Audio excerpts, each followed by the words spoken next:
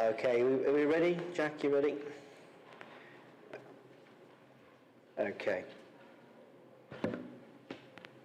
Right, welcome everybody to Bath and North East Somerset's Cabinet meeting, and welcome for those viewing in the banqueting room and for those watching on the webcast at home.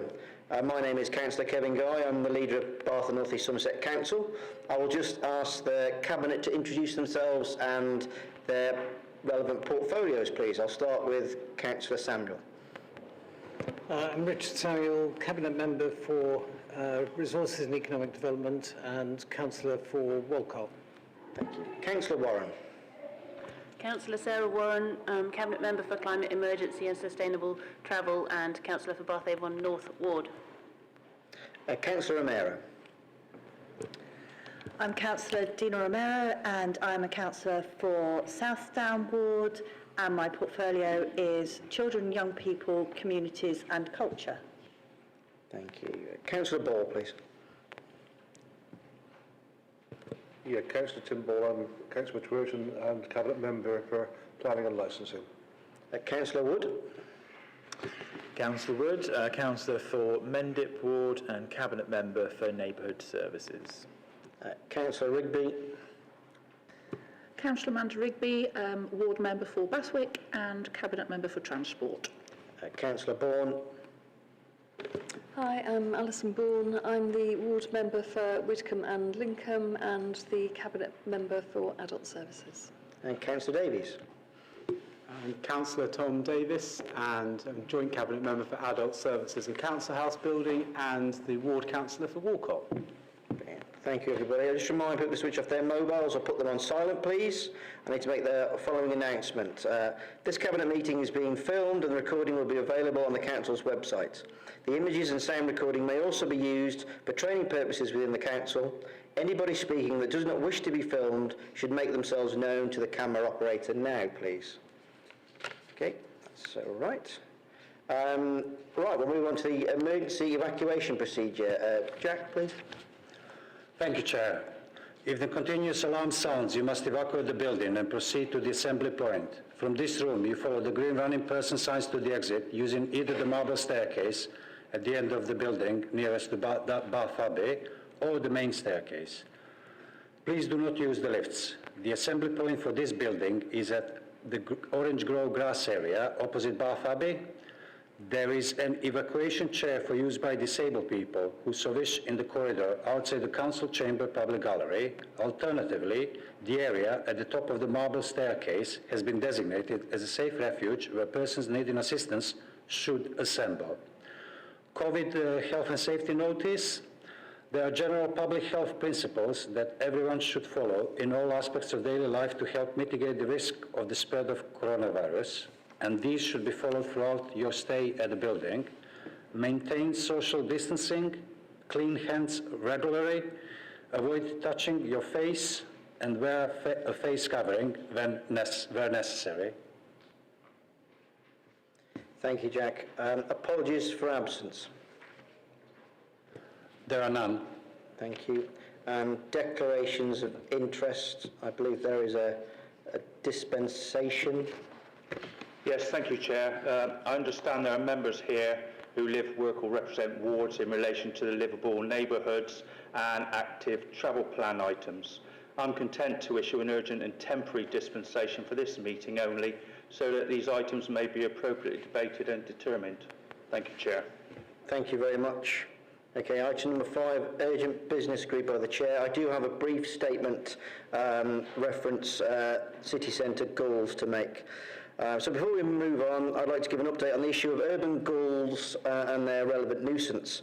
As many residents know, the rules around ghoul controls were made much stricter last year. Bath and North East Somerset needed a new licence from Natural England to carry out treatments including nest and egg removal.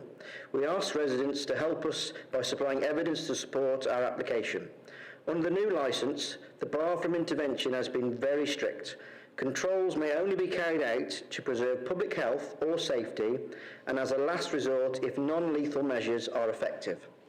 This means that in most cases we are not legally allowed to remove nests or eggs despite the serious problem this causes, including gull attacks and sleep deprivation. This is clearly completely unacceptable, and we have written to Natural England to raise our concerns about the impact on our residents. We understand that Natural England are willing to listen to feedback from councils about how they can approach the situation for next year. We are calling for a wider programme of treatments to be allowed and for the intervention benchmark to be revised with regards to urban goals. This would enable us to assist with a more long-term solution for our residents. Thank you very much. Okay, right. Because of the COVID situation, we've moved the rota around, and we are now moving public statements slightly further forward in the agenda. Okay, so I'll move on to our public speakers, please. Can I ask for the first public speaker, which is Fia?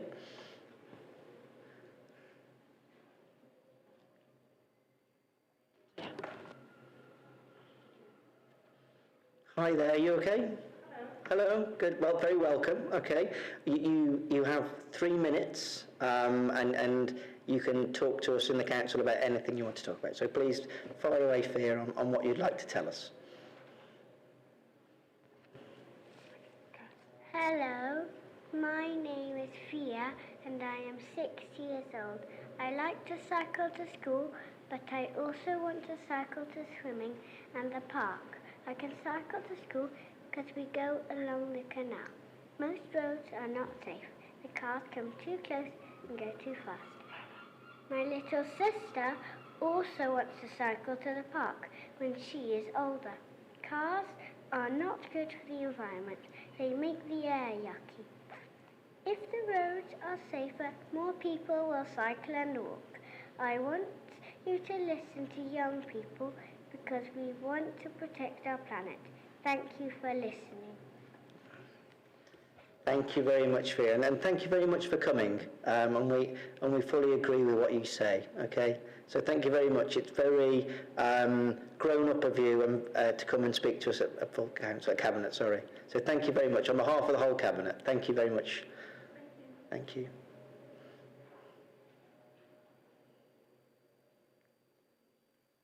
Thank you. Can I ask for the next speaker, David Ridgewell, please?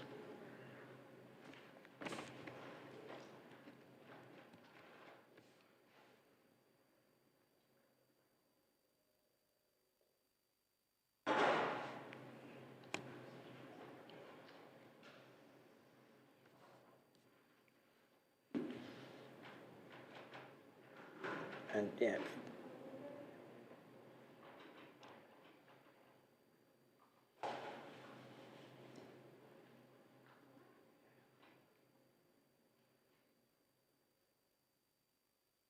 Hi, David. Are you okay? Good, good, good. What I want to talk to you about tonight is quite important in the sense that this council, as part of the West Midlands Combined Authority with North Somerset, has to produce a bus strategy called Under Bus Back Better, a bus improvement plan. It has to be submitted to the government by October. That strategy is obviously the responsibility of the Metro Mayor, not this council. But it nevertheless, at the moment, is costing £27.3 million a week to run the buses in England, and that includes all services in this authority. So that plan has to be worked on. Also includes the infrastructure, so that's bus lanes, walking, cycling, public transport alongside it, and that needs to be including Amanda dealing with the issue of why we're widening the ring road and adding additional.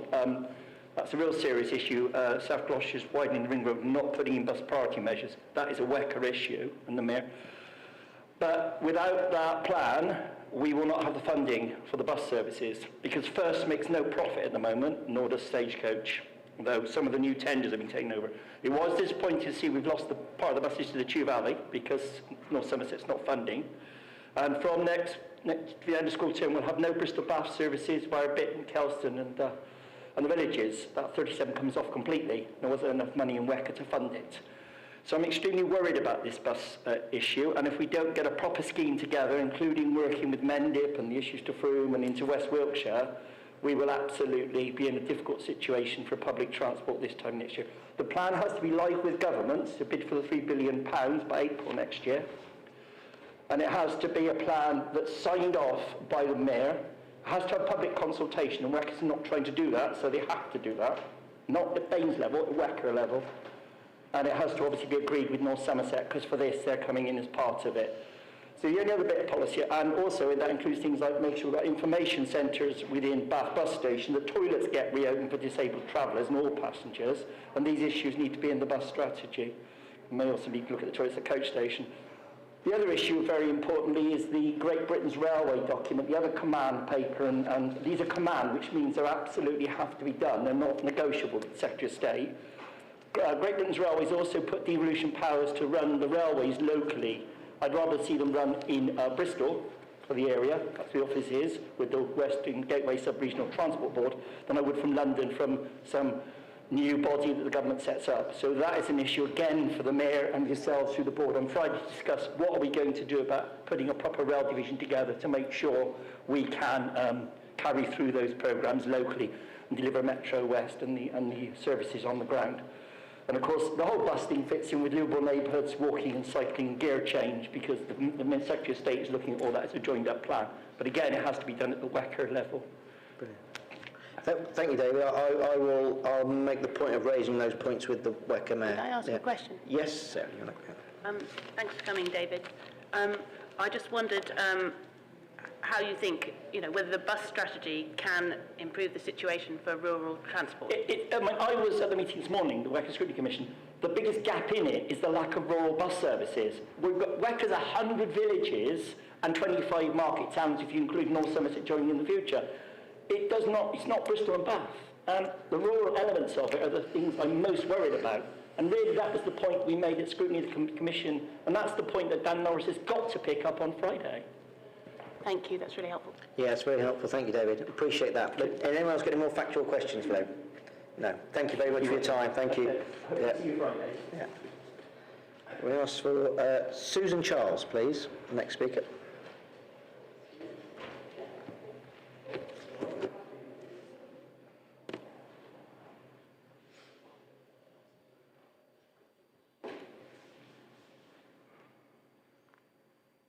Hi, Susan. Good evening. You've got 3 minutes, Susan. You can start whenever you want to. Thank you. Okay. You do need to put the microphone on, though. Sorry. Yeah. Just press the middle button. That's great. Thank you. The Ring of Steel is already having the same effect as the government's Circle of Protection it's had on our care homes during this pandemic. Blue badge holders, those with ability issues, are already being kept out of the city centre, depriving them from essential shopping and businesses, affecting their mobility, and eventually, as has happened in care homes, could be affecting their mental health or death. Taxis during the day cannot access the city centre to collect their passengers, hence some passengers are trapped. The Disability Discrimination Act 1999 and Equalities Act 2010 states, which I'm sure you're aware of, anyone providing a service to the public, from the corner shop to the government agencies, will not be able to treat disabled customers less favourably than anyone else. And service providers will have a duty to make reasonable adjustments to make their services accessible to everyone. This includes changing practices, policies and procedures which have the effect of discriminating against disabled people, and providing services by reasonable alternative means if the service is inaccessible to disabled people.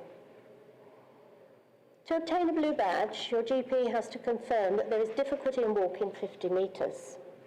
The tourists that this city depends on, many elderly and disabled, like our locals, cannot park with a blue badge within 50 metres of our main tourist attractions. I haven't heard from any of the 5,000 blue badge holders in Baines area that they were consulted about these changes, or shopkeepers. So please, take this back to the drawing board and rethink, not only for the tourist trade, but for our local communities who support this city all year round. Thank you.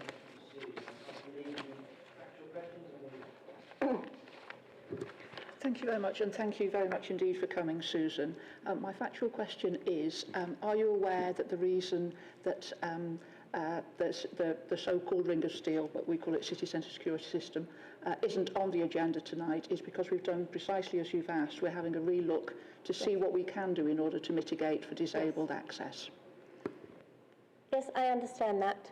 I just wanted to make sure that you were well aware of how blue badge holders feel. Thank you. It's a pleasure to see you again, Susan, and thank you first of all for all the work you've done over the years on access for Bath and also for Bath and North East Somerset. Would you be willing to walk around with me so that I can see how the city is through your eyes and through others who might have difficulties getting around? I ask this in my capacity as a portfolio holder for equalities. Yes, we have had a walk round. Councillor Guy, Councillor Robinson and Councillor Rigby. We had a walk round a few weeks ago. I'd like to invite you all to have a walk round, but I'd also like to invite you all for an ice cream, a coffee or a cup of tea in the middle of the sunny day and sit on one of the many benches in Kingsmead Square and watch the mayhem that is being caused opposite at the end of Westgate Street. I think Councillor Guy noticed this last time we went.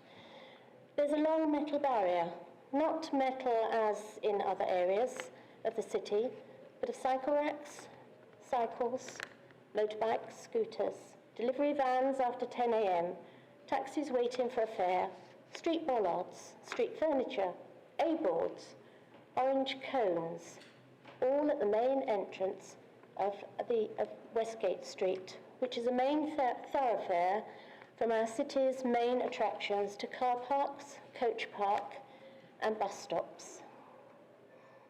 Having to negotiate all the above, not only confusing for our locals with bikes and scooter riders weaving in and out at speed, but for our visiting tourists who are not familiar with the area and all trying to cross a busy road where shared space doesn't come into it. It's every man for himself. Watch and see, if there were a terrorist incident, what would this cause? Please, when you have some spare minutes, Kingsmead Square, middle of the day, and if I am there, I'll buy you an ice cream. I'll take you up on that, Susan. Councillor Ball, I think you've got a factual question. Sorry. Thought I'd taken up enough Yes, time. yes, Susan. Lovely to see you in person again.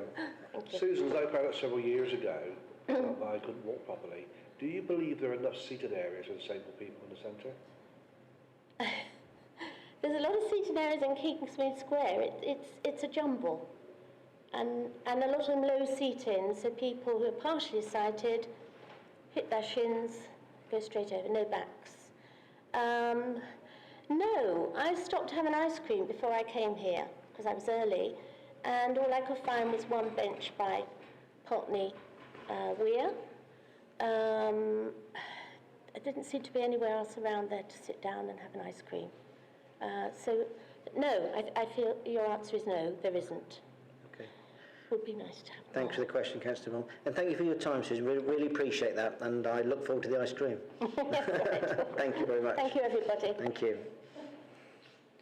Can we have Simon Marshall, please? Mr. Chairman, Simon Marshall is not present, so I suggest you call the next speaker. Okay. Shiva Page, please.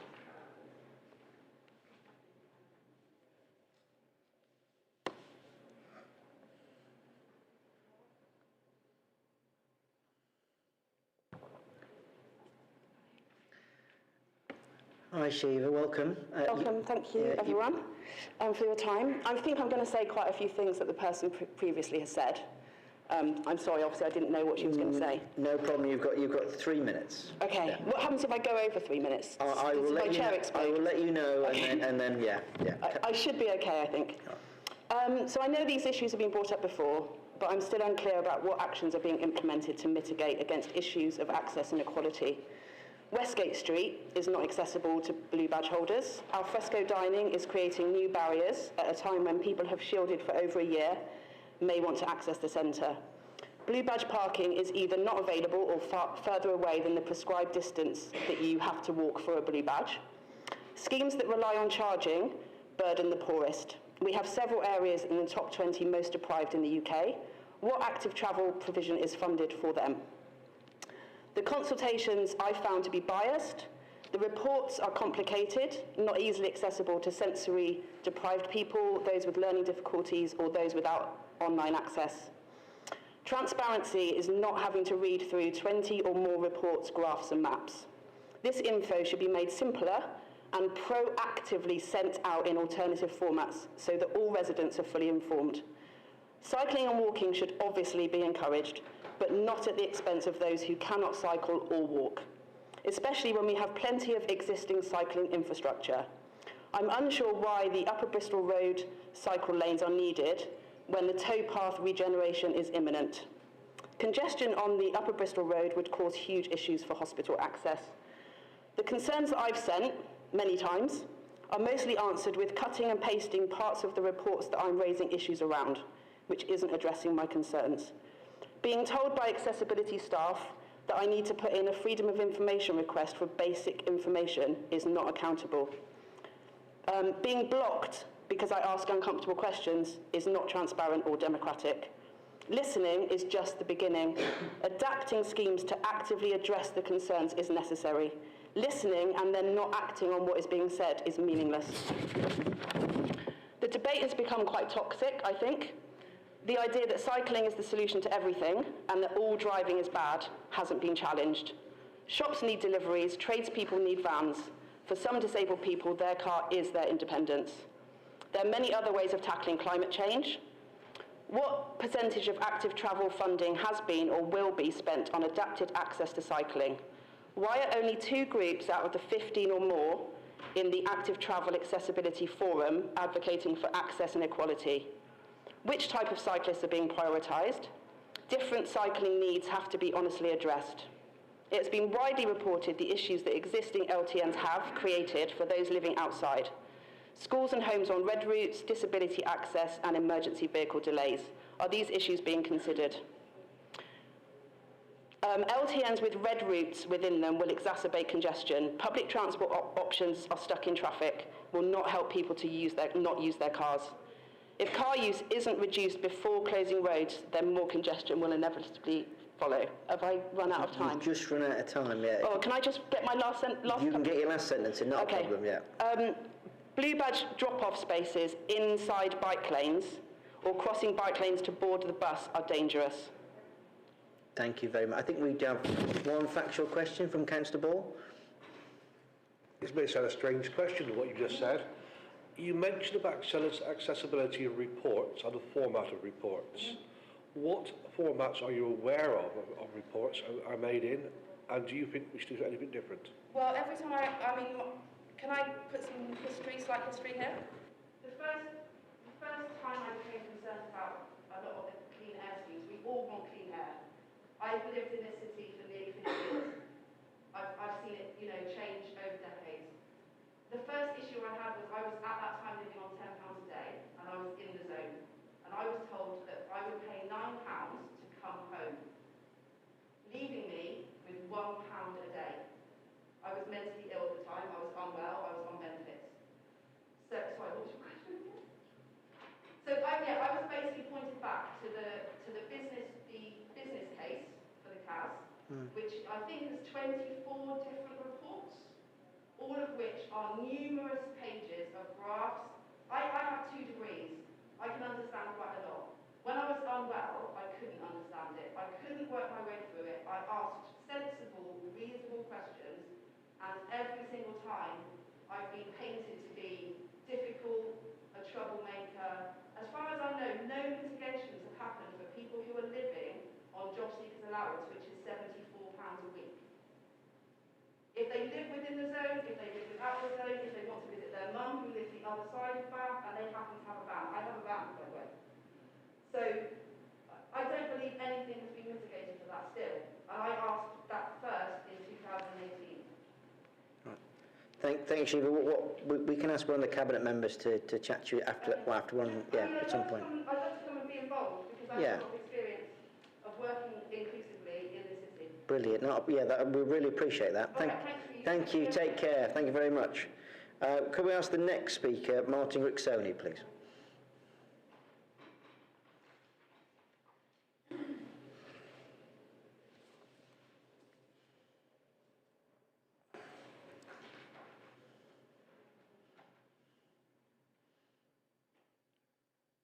Hi, Martin. Yeah, you well? Good. You've got 3 minutes, and we'll start when you're ready. Yeah. Could I ask you to put your microphone on? Sorry. No, just put it on. You just need to press the button.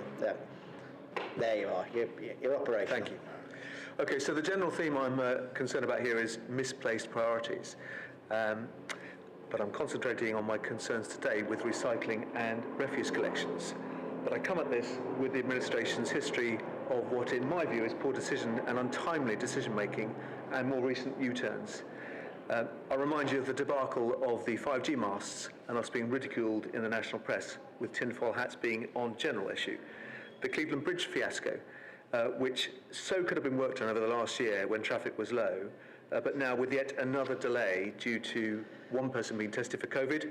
My thought is if the Scottish football team can manage it, surely there must have been a way we could have done.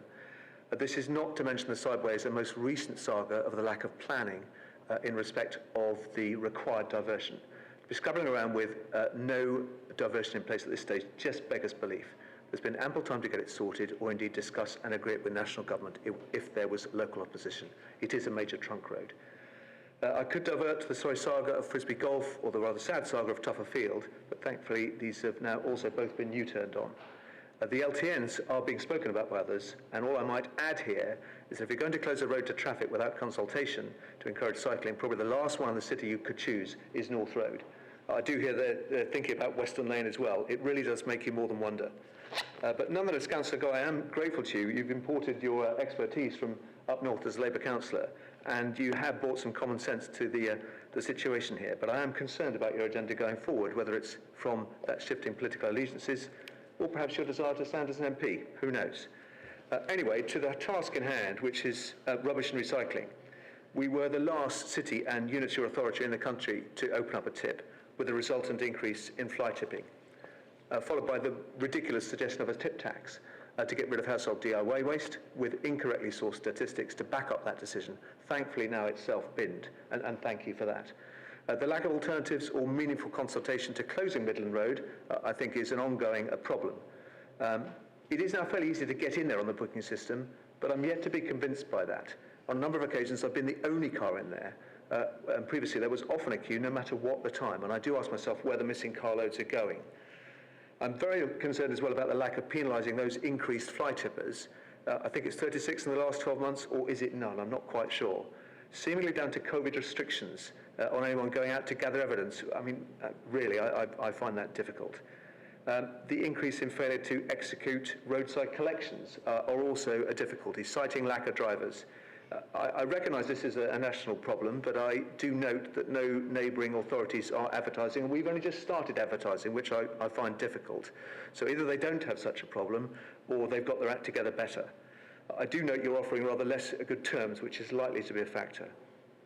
You're also trumpeting sending a greater proportion to burning for energy. In fact, it's a 27.8% increase, in fact. That's time, Martin. I'll let you wrap up your last sentence. Okay, I just have a couple of points, if I may.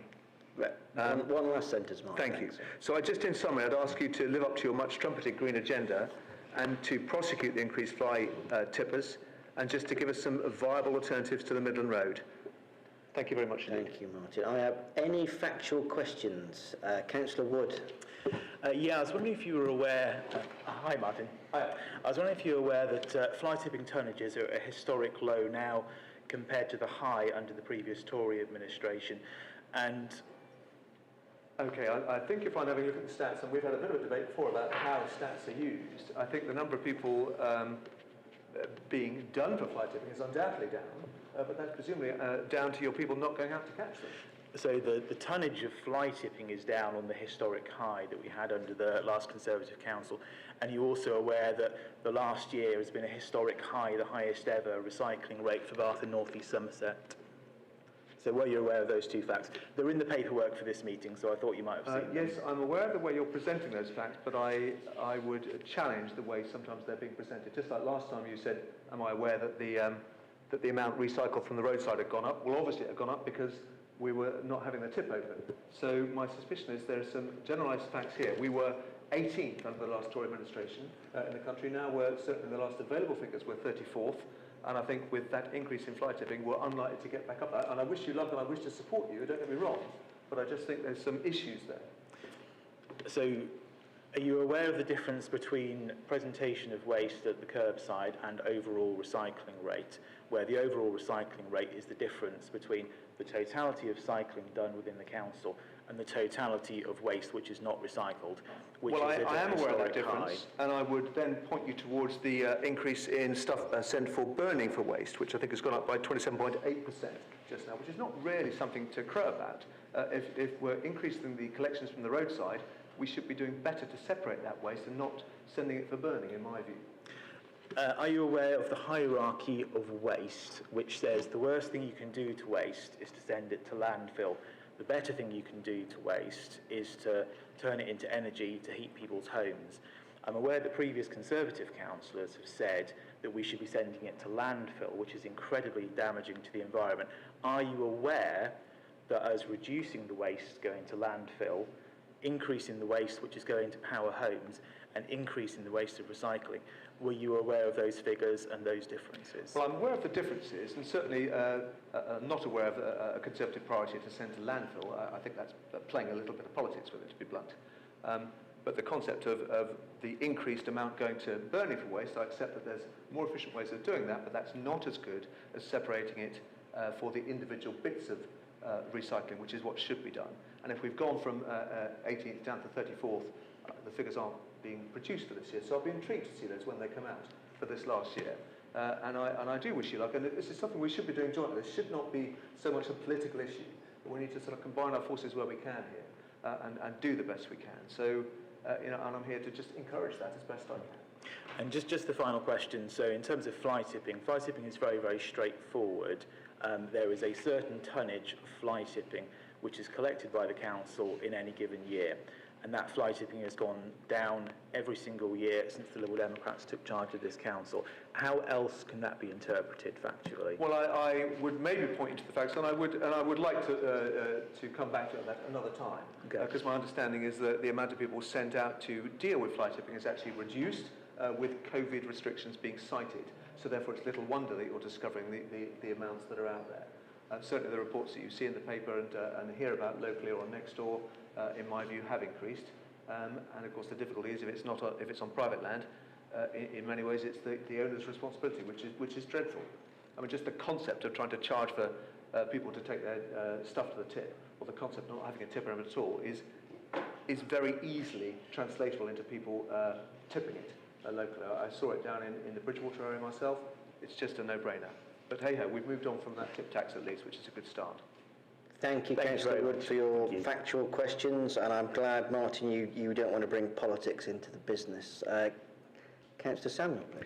I just want to ask you about your understanding of statistics. I heard you use the 18th in the UK figure under the last administration at the Bathwick Hustings in 2019.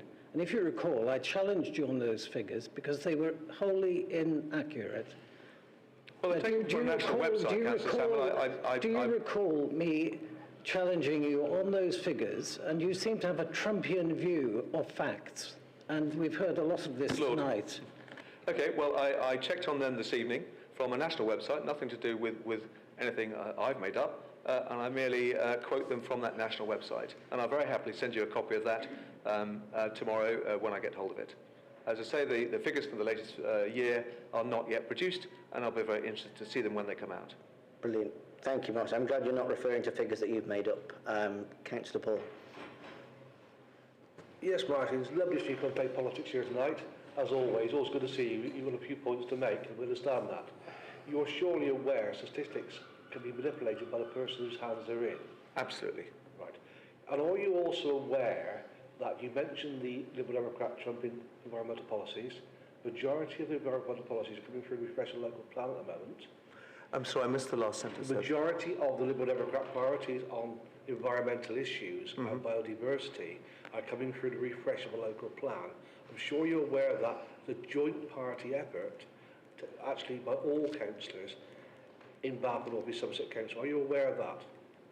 Well, I'm not aware of the details of that because I'm not a councillor, but I'd be encouraged to have more details of that. All I do know is that when you get to policies like charging for stuff to go to the tips or not sending people out to deal with fly tipping, it's going to be a bit of like a bad detective novel.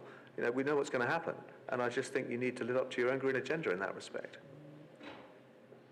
Yes, thank you, Martin. I'll leave it there. Thank you. Okay, thank you. Councillor Rigby, last factual question, please. I do, thank you, Chair. Hello, Martin. I'm going back to your piece that you talked about Cleveland Bridge.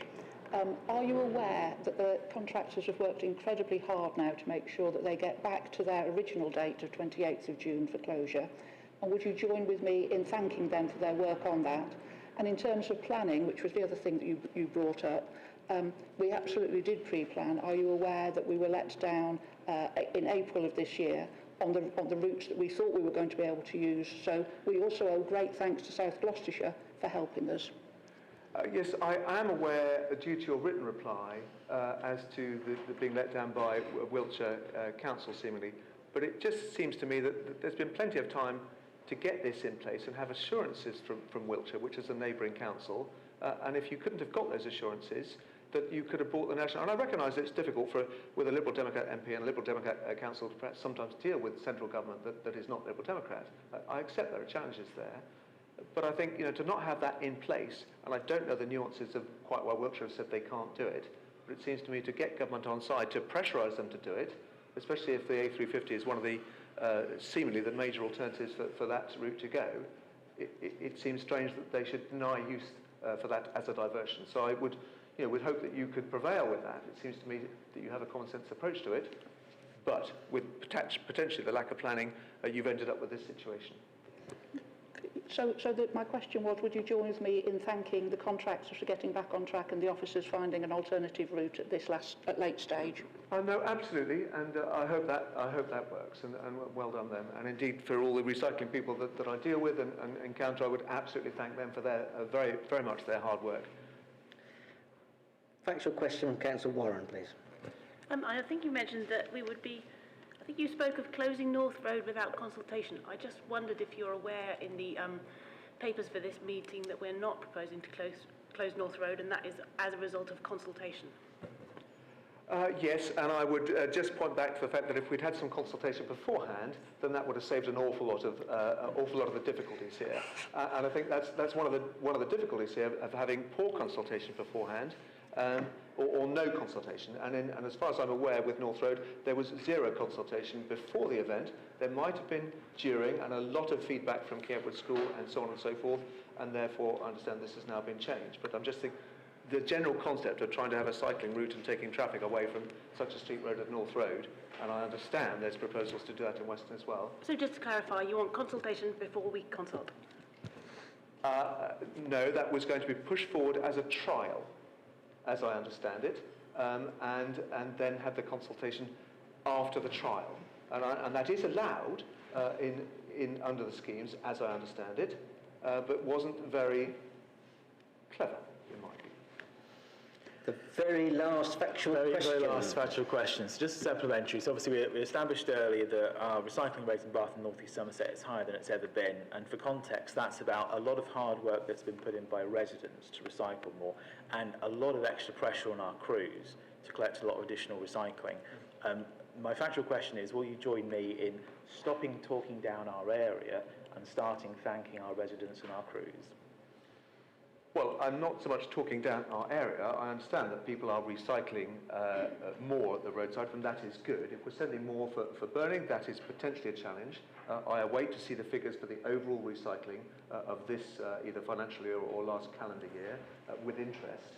And of course would support you in trying to encourage people to recycle correctly and encourage the teams that you have out on the ground. albeit with some challenges with lorry drivers, of which there are difficulties. I do understand generally, but one would have hoped that more planning could have seen that coming. So I hope that helps. Thank you, Martin. Thanks for coming tonight. Yeah, thank you, Martin. Thank you for coming. Yeah, thank you. Good. See you again. Cheerio. Could I ask for Alison Herbert, please?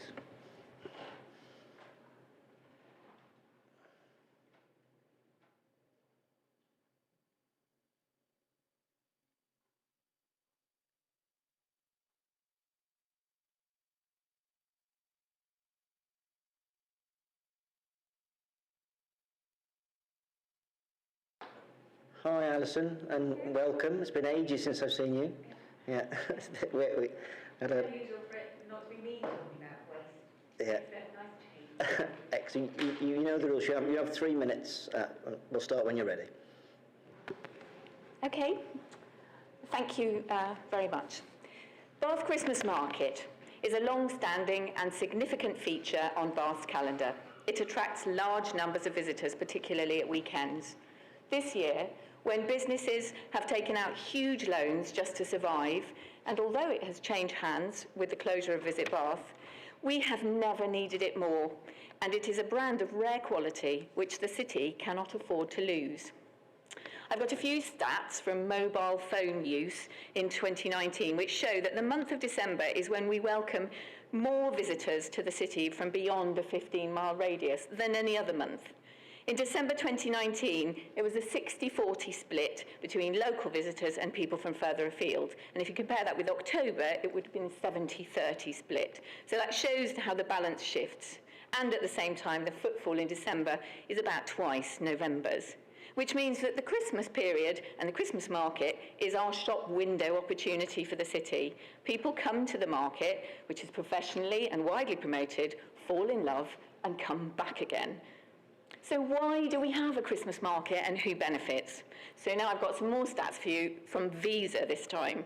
In the last quarter of 2019, this is a huge number, people spent almost 4 times as much on food and drink as any of the other quarters of the year. 3 times more on leisure and attractions like the Roman Baths, twice as much in shops and restaurants. And hotels saw a 33% increase across the winter period. The benefits are felt across all of our business sectors, and it doesn't take a mathematician to understand that the impact of a 4-fold increase will be felt throughout the financial year. Many businesses have shared with me how they're only able to continue trading in the city because of that November and December boost that their businesses enjoy thanks to our Christmas market. So what's the problem with the Christmas market? If you look at the issues which people complain about, it's mainly access, parking, and transport. And the Bath Bid is keen to help with those issues, and we will work with partners to get the practical details right and make this year's market a great experience for residents as well as visitors that we can all be proud of. It's our job together to make sure that Bath maintains its competitive edge, maximising the local and specialist companies who are represented at the market and showcasing the whole city. Clearly, having a Christmas market is beneficial to the local economy, so considering the data, this year could be the moment to consider having a smaller market and keeping it for longer, maybe a full month, and spreading the stalls more evenly across the entire city. With those modifications, the city could hold on to the positive aspects of this brand, reduce the burden on transport, and deliver a more customer-friendly experience, allowing visitors and locals to coexist happily. The Christmas message feels very funny. Oh, can I just finish this phrase? Okay, this Christmas message is all about sharing.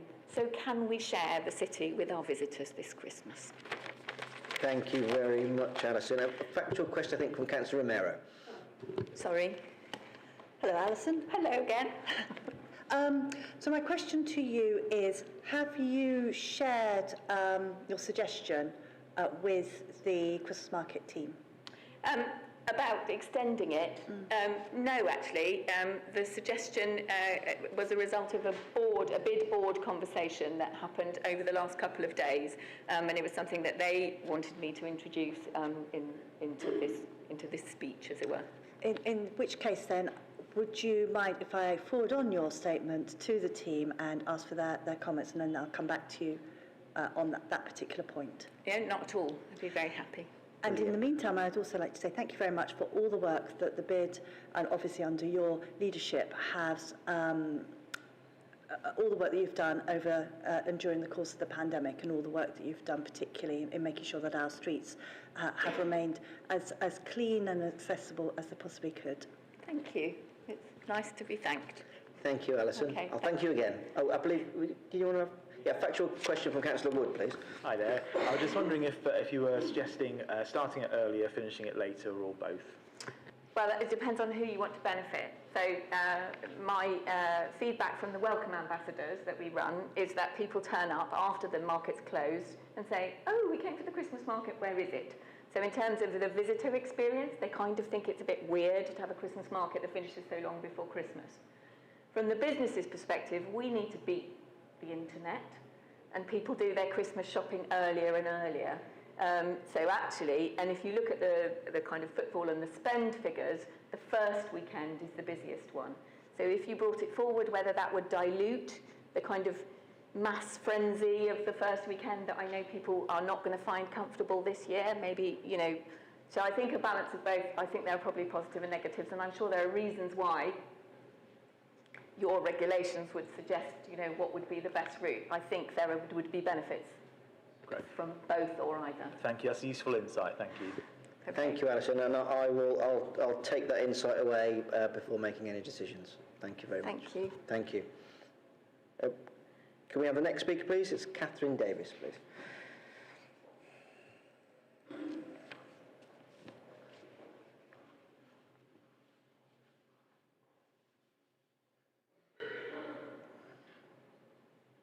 Hi, Catherine, welcome. You've got 3 minutes, and whenever you want to start. Thank you very much. I'm here to speak in support of the Bath Christmas Market. The Christmas Market has a unique place in both the local and national visitor experience, and is one of the UK's festive highlights. Its focus on local suppliers as a showcase for artisan producers means that it is unique and truly unique in its offer. It has been positioned as one of the key festive events nationally, attracting visitors from all across the UK at an increasingly competitive time of year. We've also seen the interest in visiting extended to international visitors, who are vital to the success of our visitor economy and who we hope to welcome back soon. 79% of all the visitors surveyed in 2019 identified the Christmas market as the main reason for their visit. This is a figure that is growing gradually over time, and critically, of those visiting Bath for the first time, 80% of those identified the Christmas market as the main reason for their visit. Without the market, it can be assumed that these visitors would not come to Bath at all, or either find an alternative destination or just not travel.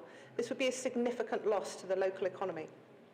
In 2019, the duration of stay of those staying overnight who were coming to the market increased to its highest level to date, something that is vitally important.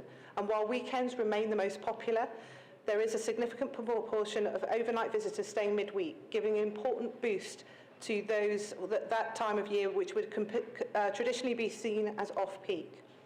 Around half of those surveyed in 2019 who were visiting for the day said that they would consider staying overnight, which helps us achieve our objectives of converting day visitors to staying visits. The Christmas market continues to attract new visitors every year, and their experience often motivates them to consider returning in the spring or the summer. 91% of those visiting in 2019 said they would consider a visit at other times of the year. Both the experience of visiting Bath at Christmas and the experience generated through a visit to the market have become critical dates in the calendar, not just for the duration of the event, but as a showcase for revisiting at different times of the year. The economic impact of the market is significant, with associated spend estimated at approximately £32.5 million in 2019, which is an increase of 4% compared with 2018.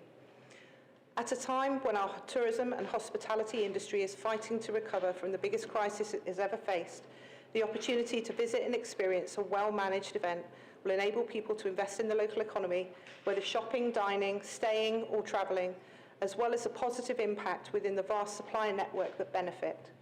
The loss of the Christmas market in 2020 was devastating, and the opportunity to deliver an event in 2021 would provide a phenomenal boost to the destination and to the local tourism and hospitality network, thus providing a huge boost to the local economy. Thank you, Catherine. Do we have a factual question? Councillor O'Meara, please. Hello, hi Catherine. I don't know if you heard the speaker before you, Alison Herbert, who was suggesting that the market ought to be extended by maybe up to a month, either by putting extra dates on at the beginning or at the end of its duration. And I just wondered, if you had a view on that and perhaps could say maybe why traditionally the market has been held for the period that it is held. Two reasons for it being held the period that it's been held for, traditionally the 18 days. That was felt it was long enough for the traders, because the traders do travel, they are small artisan producers, they have lives. So I think it's the impact on them and also the impact on the infrastructure. So the cost of running everything, there's the break-even point at which it becomes sustainable. I think if you spoke to the local tourism and hospitality businesses, they'd quite like it to be extended, but it's the paying off the impact on the local resident population versus the cost of delivering that infrastructure over a longer period. But certainly the industry would be very happy with a longer event. Okay, thank you. Thank you, Catherine. Were you waving at me there? All right, thank you very much. Thank you, Catherine. Thank you for your time. My pleasure. Yeah, thank you. Next speaker, please, Charlie Williams. Mr. Chairman, may I suggest inviting Jeremy Labram instead, because Jeremy has asked, if he can speak now because he has to leave soon. Yes, I'm more than happy to have Jeremy if it's okay. Next, yes. Yeah.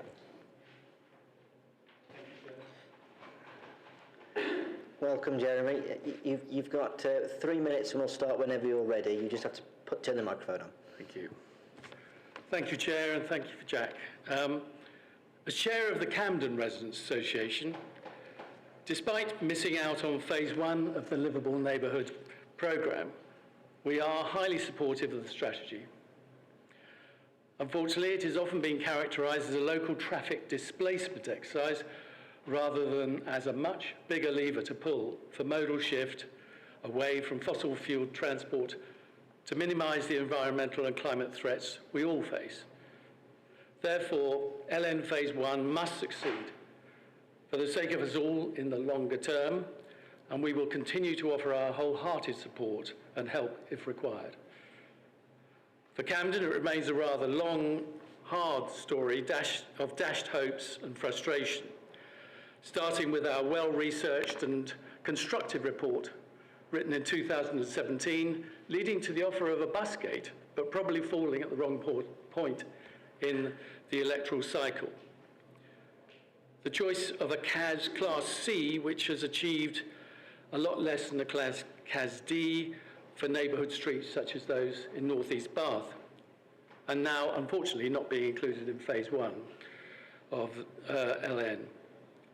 Ever since LTNs appeared in the current administration's election manifesto in early 2019, we have considered carefully and consulted where we were able on how an LTN might be applied to stem the flow on the North East Bath cut-through, which extends through Lower Lansdowne, Camden, Fairfield Park and Larkhall.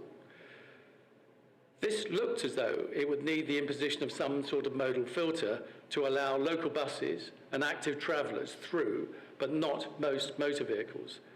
Now that might be controversial to some at first glance, or in the words of the report you are considering this evening, to be too complex and to pose too many challenges to be included in the Phase 1 programme as a complete project.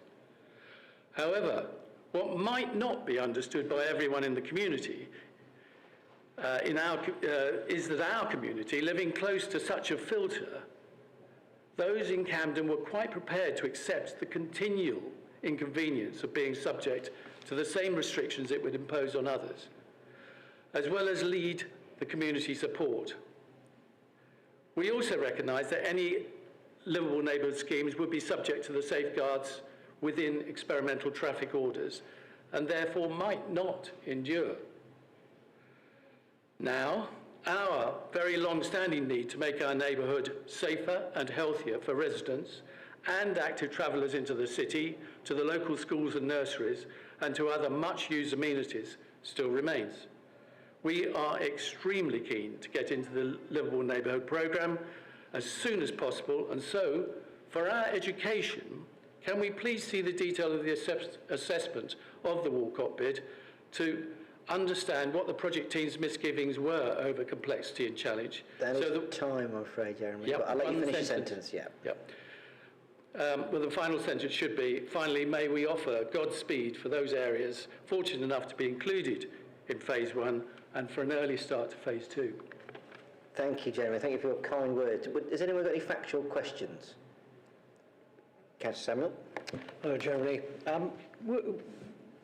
Do you believe that if the current scheme is carefully designed, that there will be spillover benefits that may well reach the Camden part of the ward from the area that has been chosen? Because there obviously are interconnectivities. I've only had one conversation with Councillor Tom Davis there, and I was yet to be convinced and that also applies to others on the committee. Brilliant. Thank you, Jeremy. Thank you very much for your time. Thank you very much. Can I ask Charlie Williams, please? Yeah.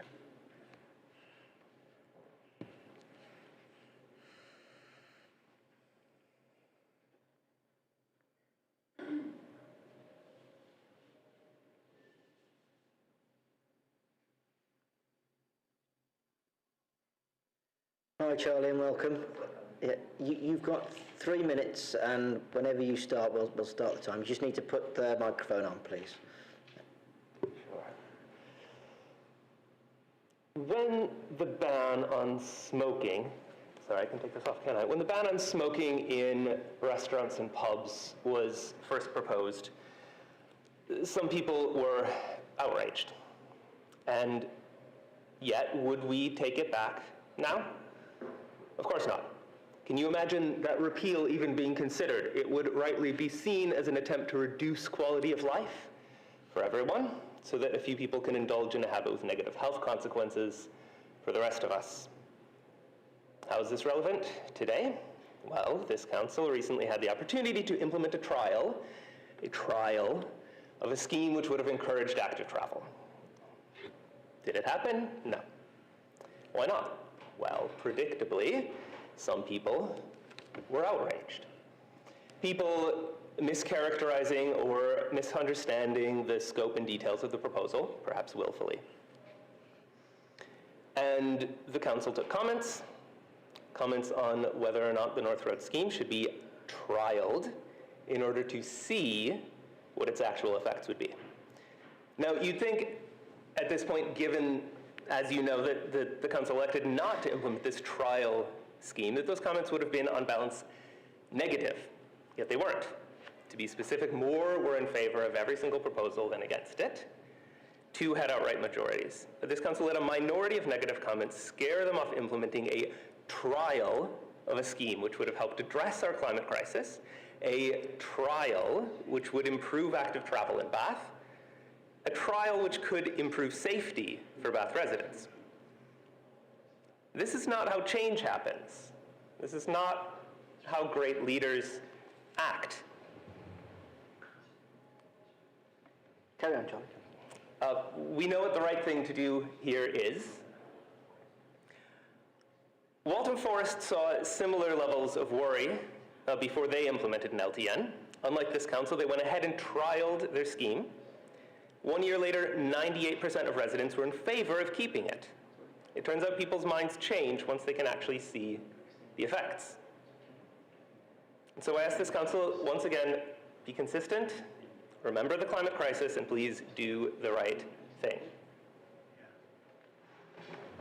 Thanks, Charlie. I'm just chatting about a constitutional point with a lawyer. Has anyone got any factual questions for Charlie? Councillor Warren. Hi, Charlie. Thanks for coming. I wondered whether you believe it's important at a time when councillors and officers are under an enormous amount of pressure following COVID, that we ensure that we achieve a manageable number of successful active travel schemes and take the learning points to have more successes in future.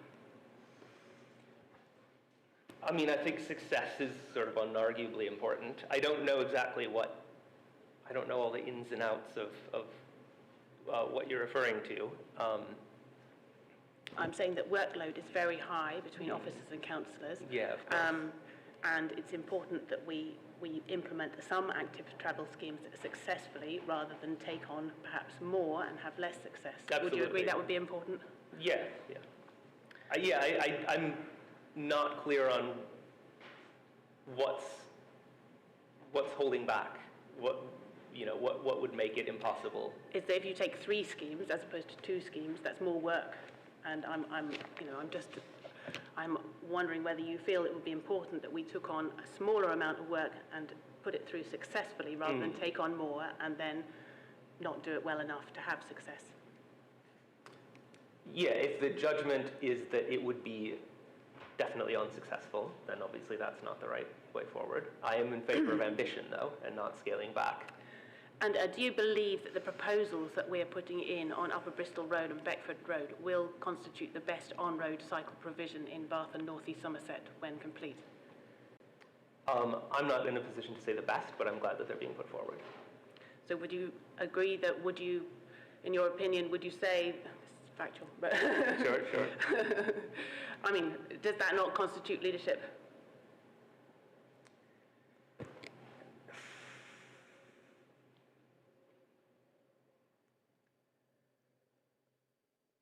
I guess my question would be, it didn't seem that the North Road scheme was put forward conditional on an amount of time to dedicate to implementing it. It seemed like it was not put forward because of noises people made. And now it sounds like it's being more, I mean, I understand everyone's working very hard and COVID is very disruptive, but the timing seems strange, that it seemed like it was ready to go forward and there was enough to do all of it, and then some people made some noises based on really incorrect statistics and sort of myths about active travel, and that caused this kind of about face. Thank you. Thank you. We have one more. Okay, we've got 2 factual questions. Councillor Wood and Councillor Davies. Hi. Yeah, there are different forms of leadership, so I was just wondering what you thought as a democratically elected council, what proportion of leadership should be trying to bring people with you and build a movement, and what proportion of leadership should be kind of the style where you kind of ram things through and hope that people follow you later? Yeah. I mean, I think that's a really good question, and that really speaks to what is democracy?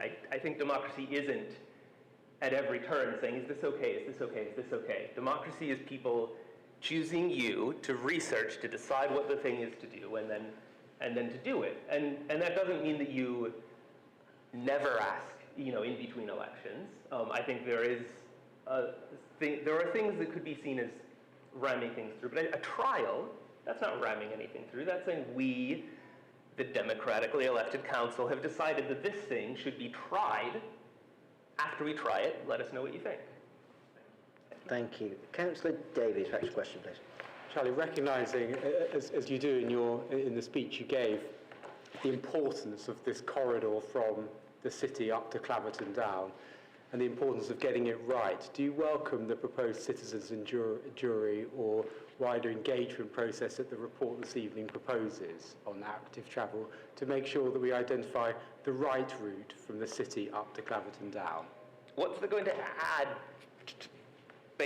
from the previous ones? I mean, there are only so many ways up the hill. Sorry, do you welcome it or not? Do I welcome the citizens' jury or the additional engagement that we're proposing in the reports to ensure we... If that's a way to potentially make it move forward, then yes. Okay, thank you. Thank you, Charlie. Thank you for your time. Thank you very much. Thank you very much. Okay,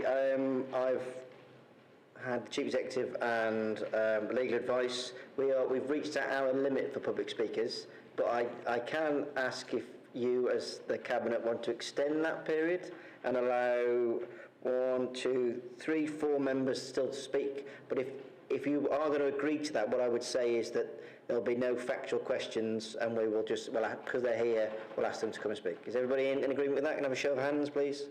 Yeah, moved. Okay, thank you very much. Rachel. Welcome, Rachel. How are you? Very good. You've got 3 minutes, and we'll start when you're ready. I'm going to say thank you twice then. I'm going to say thank you for no extra questions.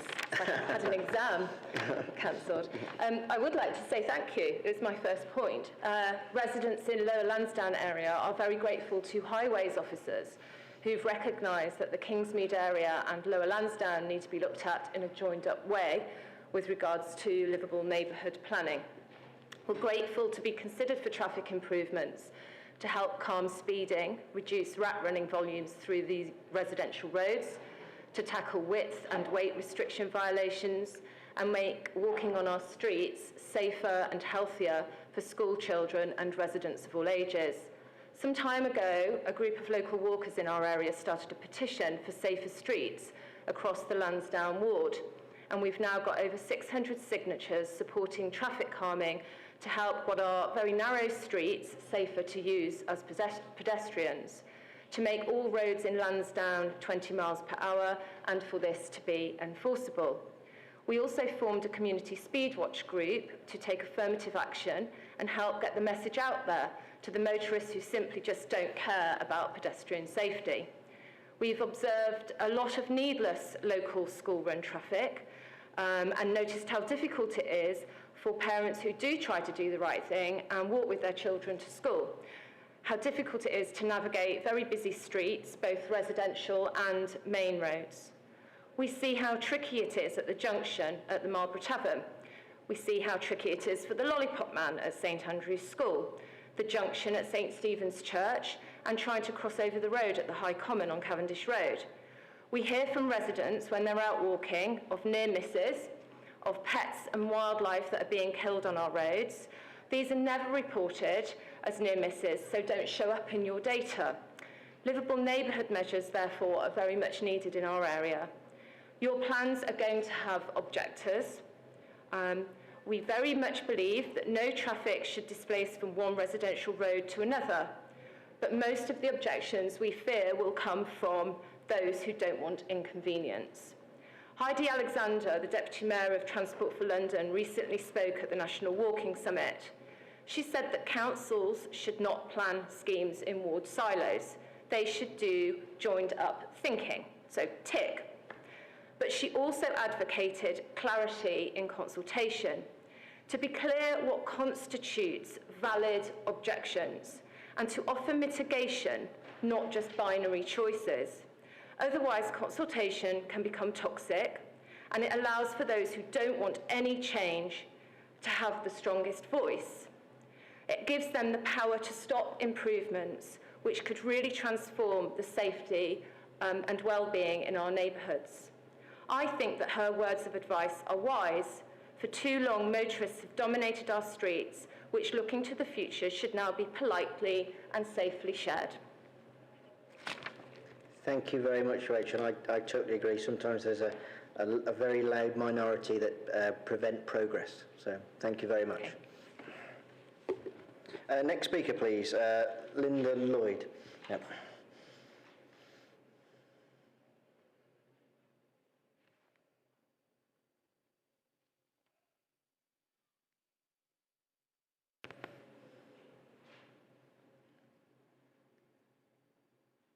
Hi, Linda, welcome. Hi.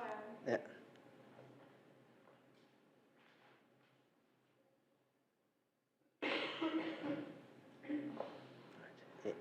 You have 3 minutes, Linda, and we'll start whenever you're ready. You just need to turn the microphone on in front of you. Yeah, splendid. Thank you.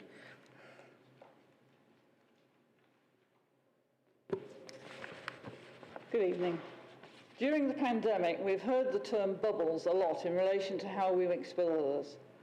Whilst this was a welcome strategy for many, enabling access to loved ones, it was a temporary restrictive measure to cope with a desperate situation.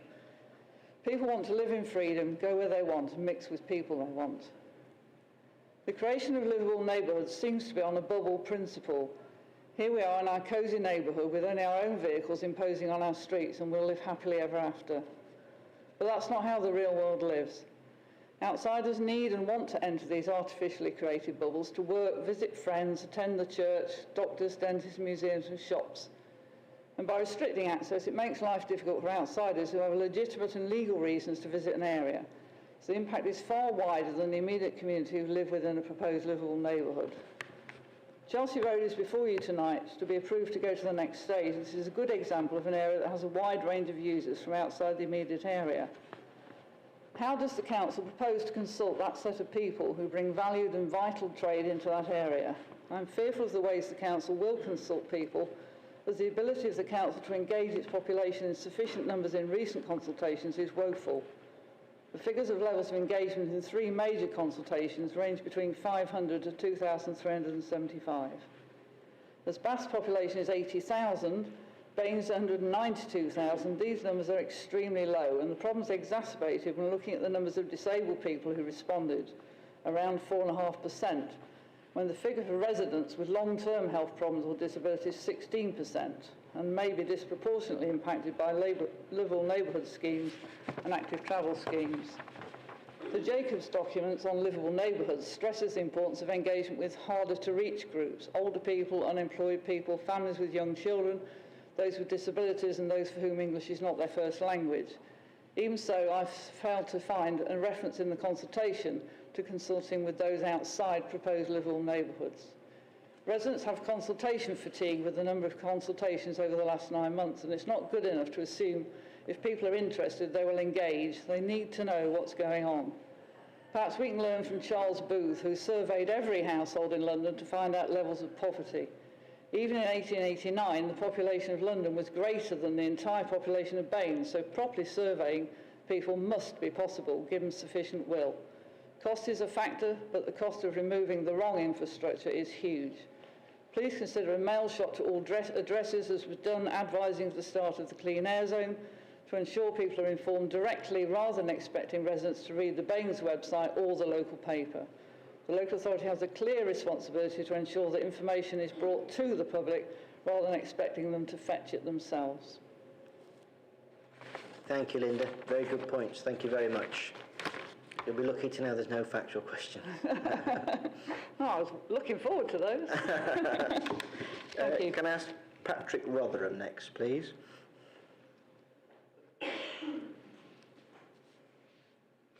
Thank you, Linda.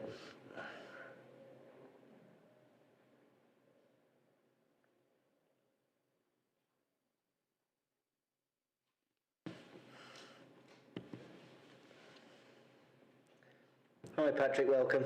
Yeah. You have 3 minutes and that'll start whenever you're ready. You just need to press the microphone in front of you. Right. Well, good evening. I'm speaking for the Vineyards Residents Association.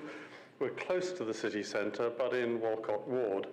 The Paragon is opposite us. It's Grade 1 listed, while Vineyards is Grade 2. Paragon is mainly multi-occupancy houses, many social housing, and has some of the highest residential density in Bath. 1,000 people live along this stretch of road, which is already heavily congested and polluted. We've been very worried about a Camden low-traffic neighbourhood. Stopping a large number of vehicles using Camden would displace traffic onto London Road, thence to Paragon and the central area. The clean air plans, already right on the margin, and increased traffic on this route would probably cause it to fail, and more traffic congestion and longer journeys would increase CO2 emissions. So we are relieved that you're being recommended to approve a small-scale scheme for Kensington Gardens and Snow Hill. But even a smaller scheme is likely to displace traffic and will need to be assessed very carefully. It seems to be an article of faith for the council that LTNs will reduce traffic. Certainly they should reduce traffic in the favoured areas, but why should they force down overall traffic levels without a plan to discourage traffic from entering or passing through Bath, or to improve bus services for drivers to transfer to. In reality, most drivers in Bath won't give up their cars. Traffic will be displaced from LTNs onto the main roads, which in Bath consist mainly of densely residential streets, which already suffer from high levels of traffic congestion and air pollution. Bath needs a transport plan, including traffic management and parking control, to reduce the overall volume of traffic coming into and through the city. Introducing LTNs in Bath without one is like squeezing a balloon. Reduce traffic in one area, it'll pop out somewhere else. Increased congestion may deter some drivers, but that hardly counts as a plan for reducing traffic.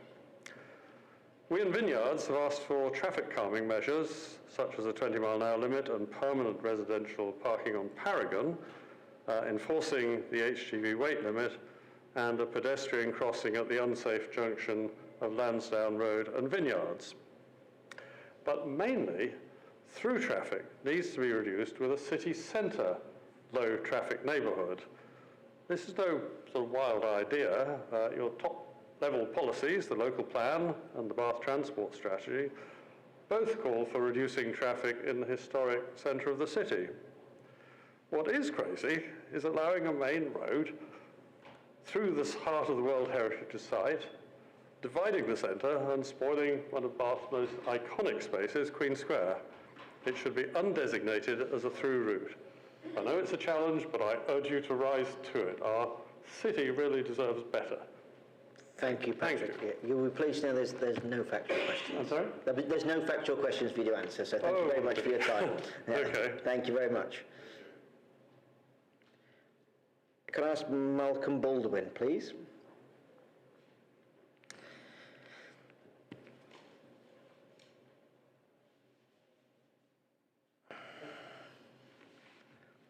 Welcome, Malcolm. You have 3 minutes and we'll start whenever you're ready. You just need to turn the microphone on, please.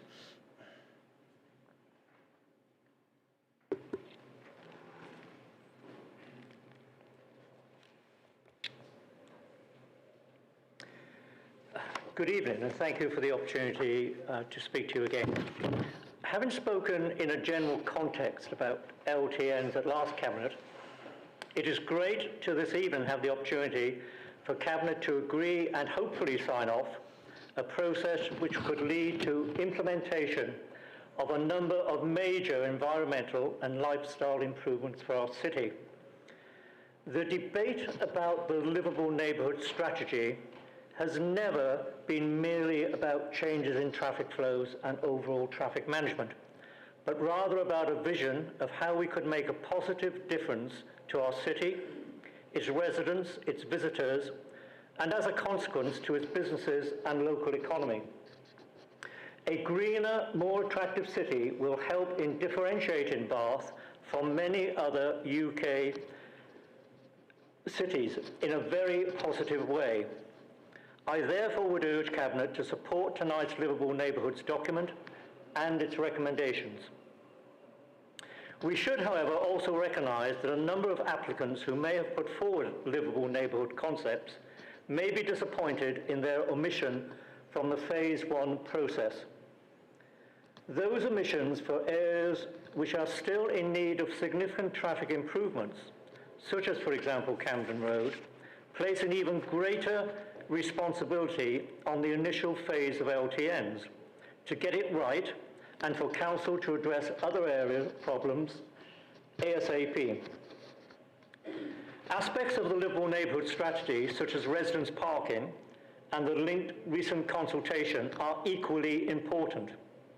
Here there are likely to need to be different solutions for different parts of our city.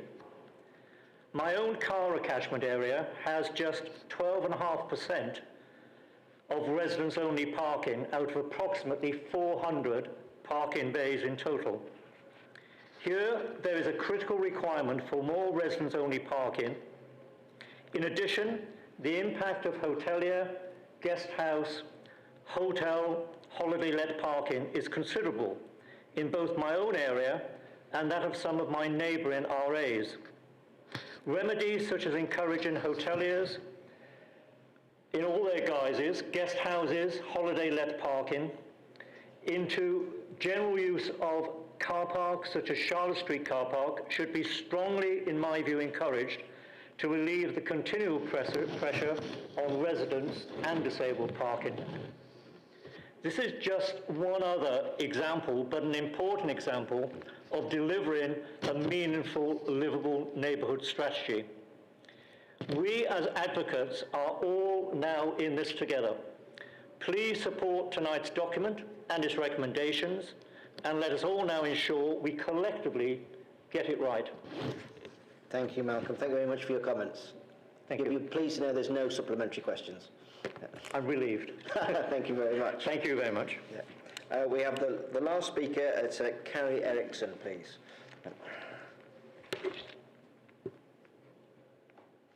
Thank you, Malcolm. Thank you very much. Good night.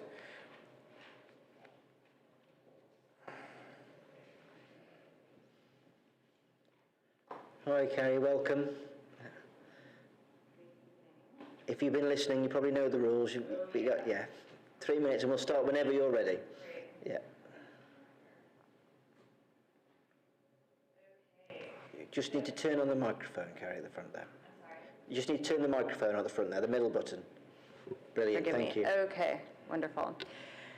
There's been a lot of conversation about low traffic neighborhoods tonight, and that's a subject I'm speaking on. I'm not going to reiterate things that I've already heard where I can avoid it. I'm coming to you specifically as a mother of 3 children. I have a 6-year-old boy and 3-year-old twin daughters. Like the first speaker, my son cycles to school when he can. Sometimes the weather and his attitude do not permit that to be possible in the morning, but I would say we walk or cycle to nursery about 85% of the time.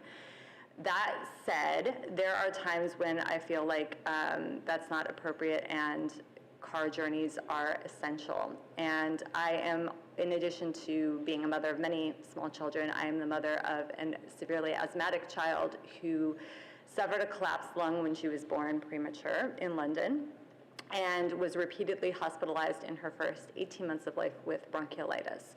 This was despite the fact that we lived on the cycle superhighway in Hackney where there was no through traffic. We personally did not own a car, but we did need to take her in a motorized vehicle to the hospital and to doctor's appointments, and it was very stressful and made more stressful over time as more roads were closed. And when I go back to London, neighboring boroughs and other parts of Hackney have now closed off other roads, and it's very difficult to get around, and I'm honestly just very grateful that I no longer live there for a variety of reasons, as much as I enjoyed my time there. I know that you're trying to deliver reduced traffic, better air quality, and active travel. I completely understand that, and I am supportive of a cleaner environment, absolutely. But my lived experience in Bath and in London, as I've just described it to you, is that car journeys are essential for many of us. And despite some speakers saying that parents need to do the right thing, I think that parents do try to do the right thing, and that is as judged appropriate by them in the context of their own family and their busy lives. Time is absolutely my most precious resource. I love walking around Bath. It's beautiful. I get around on foot most of the time. Sometimes I don't, and I'm also very grateful that I can get where I need to go in a reasonable amount of time and I'm not plagued by bad traffic. I don't see anything in schemes, please correct me if I'm wrong, that there is active air quality monitoring going on right now, so I'm unclear as to how closing off residential roads is going to be measured in terms of improving air quality. I fear that it is going to create divisiveness in our community. Everyone wants to live in a low traffic neighborhood. Nobody wants other people's traffic. And I understand that these schemes have been rolled out and they probably seem very attractive. I understand that other schemes that might be more holistically satisfying don't sometimes have the funding. But just because there's funding and there's been the example of something doesn't necessarily mean it's a good idea. I understand from what I've seen that the council is very, I'll finish my sentence. I understand that you really want to push forward this agenda. I just really hope that there is the scope to really evaluate it and make changes along the way where needed. Thank you.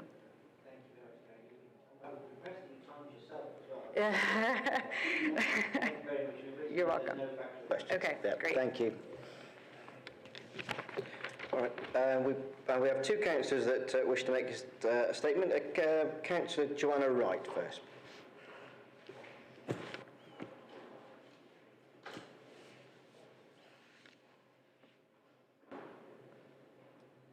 Welcome, Joanna.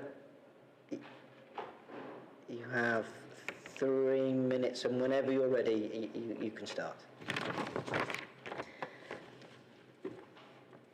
People voted for the Liberal Democrats in 2019 because they believed that they would be bold, take bold decisions needed to lead Baines out of years of inaction and predatory delay. Residents were assured that the Liberal Democrats were committed to delivering on their manifesto promises.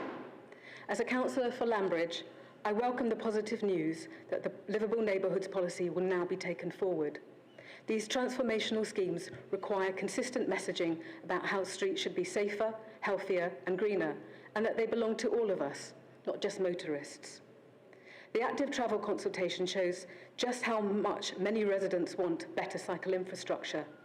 This consultation had a response from over 2,300 residents, with all schemes receiving a majority thumbs up. But this new cabinet has decided not to implement the bus gate on North Road. This will give ammunition to the few who will actively oppose livable neighbourhoods. Those who do not want change will, at every opportunity, remind this cabinet that they gave up on North Road because a few local residents objected. This will make livable neighbourhoods so much harder to deliver. North Road is the one route that would have really met the government's strategic network guidelines and provided the most positive, safe and enduring outcome for many, from 12-year-olds getting to school, students and staff attending university, locals accessing sports facility, or residents connecting with family and friends. That this is no longer going to happen brings into question the council's corporate care of duty. The reason why many do not cycle or let their children cycle is that they are afraid of vehicles and how those vehicles could easily injure or kill them. When proper dedicated cycle infrastructure is built, then people of all ages cycle. Connecting the Valley Floor to the Southern Plateau in Bath via North Road would have created a safe route for many and been a game changer. This cabinet has now purposely decided to over-engineer the Upper Bristol Road scheme so that they can argue that there is no funding for a bus gate on North Road. Cabinet are now using greenwashing and a hand-picked citizens' assembly as a way of avoiding the delivery of the strategic network. I cannot support this action. The core values of this new cabinet seem to be based upon votes, not lives, listening to a select handful of voices to gain tactical votes rather than delivering positive change for all. I can no longer be a member of a group whose moral compass is so compromised, and I am tendering my resignation of the Liberal Democrat Party. I will now be representing the ward of Lambridge as a Green Party member. Bold actions are needed at a time of emergencies. The pandemic gave us the choice to make positive changes like North Road. But this cabinet chose to sabotage a scheme which would have provided safer, healthier travel for residents. We are in a climate emergency, and every action to mitigate change is needed today. This cabinet has failed to grasp the fierce urgency of now. Thank you. I won't be taking any factual questions. Thank you, Councillor Wright, for your time. Councillor Michelle O'Doherty, please.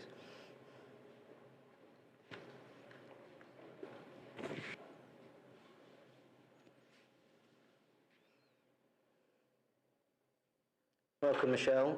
Are you well? I'm good, thank you. Last one. I bet you're pleased with that. Last but definitely not least, yeah. And you're pleased to know there's no factual questions, so we'll start when you're ready. And it's a short statement, which I'm delivering on behalf of a resident. Excellent. Thank you very much. So I'm here today to talk to you with respect to the parking situation around Chelsea Road. Our family live on Park Road. The situation with respect to parking is currently untenable and is significantly negatively impacting the residents in the area. In the absence of parking restrictions, the community is subject to non-residents parking in order to access the shops on Chelsea Road, in order to work at or attend the hospital, in order to park for the day and head into the city centre to work or to shop, and even on occasion to park for a number of weeks in order to catch the airport bus to Bristol Airport. In other words, the absence of parking restrictions has made the local area a car park. On numerous occasions, we have been unable to find a parking space when returning from dropping off our daughter at school or when returning with her at the end of the school day. On occasion, we've had to drive around the block for half an hour in order to find a space. Additionally, those using the shops on Chelsea Road often park on double yellow lines and halfway up the pavement, causing jams and a generally dangerous environment for other road users and pedestrians alike. There is a widely held view amongst ourselves, our neighbours and those other residents we've had communications with that the quality of life of those living in the area is drastically reduced because of this situation. In light of the fact that a vote already took place in 2019 in favour of bringing in parking restrictions, I implore the Council to act with all haste to remedy this wholly unsatisfactory situation and implement parking restrictions and traffic flow measures to mitigate the worst of these effects as a matter of urgency. I believe that such restrictions will actually benefit the Chelsea Road businesses, as it would free up spaces used by those who park to work or travel for potential patrons. I am happy for such restrictions to allow a limited number of hours of parking without a permit in order to avoid detrimental consequences to local businesses. I believe it is only a matter of time before there is an accident without measures being taken. I also believe that everyone should be able to park within a reasonable distance of their own home, especially the elderly and those with children. I also believe a failure to act expeditiously will be a dereliction of the Council's duty to this community. And just before I finish, I'd just like to add as well that similar untenable situation is occurring around Charmouth Road, which is another area that's been listed in the priority, so I urge you all to vote for those areas today. Thank you. Brilliant. Thank you very much for your time, Michelle. Thank you. Thank you. Is it possible to ask for a comfort break, please? I think that was a wise idea. Yeah. But I'll just quickly finish off point number 7, then we'll do that. Yes, not a problem. So point number 7, it's nice. We have 14 questions from councillors. There are no supplementary questions, and there are no questions from the public. If people want to see the questions and answer sheet, they will be published in the minutes of this meeting. So thank you very much. We will have a very quick 5-minute comfort break then.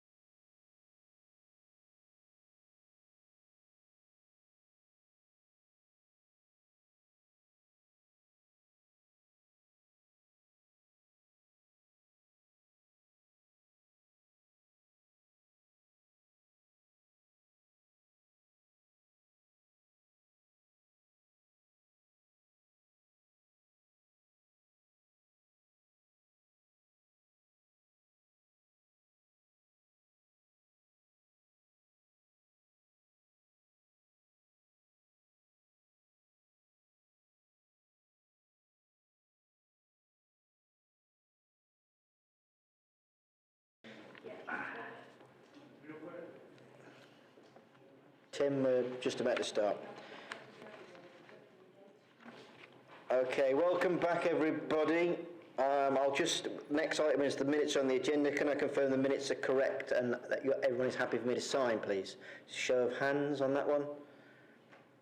Thank you very much, I shall sign. Okay, considerations of single member items now request the Cabinet, there are none. Considerations of matters referred to by policy development scrutiny bodies, there are none. Recent single member decisions taken, this is for noting. Councillor Samuel, yep. Yes, thank you, Chairman. I just want to draw attention to two single-member decisions I made in the last period. The first extends the discretionary business rate relief for 21-2 and continues our support for Bath North East Somerset businesses in hardship by providing 100% relief to qualifying hospitality and leisure businesses for 3 months, which then falls to 66% for the remaining 9 months of the year. And this will help a lot of businesses come out of what's been an extremely difficult time for them. The second decision agrees a land disposal at less than market value to enable the construction of a new passive house school in Keynsham, thus meeting our administration's ambitious climate action targets. Tangible evidence, Chair, of policy in action. Brilliant. Thank you, Councillor Samuel. The rest of the items are for noting. I'll move on to item number 12, which is the Bath Christmas Market. Could I ask Councillor Romero to move, please?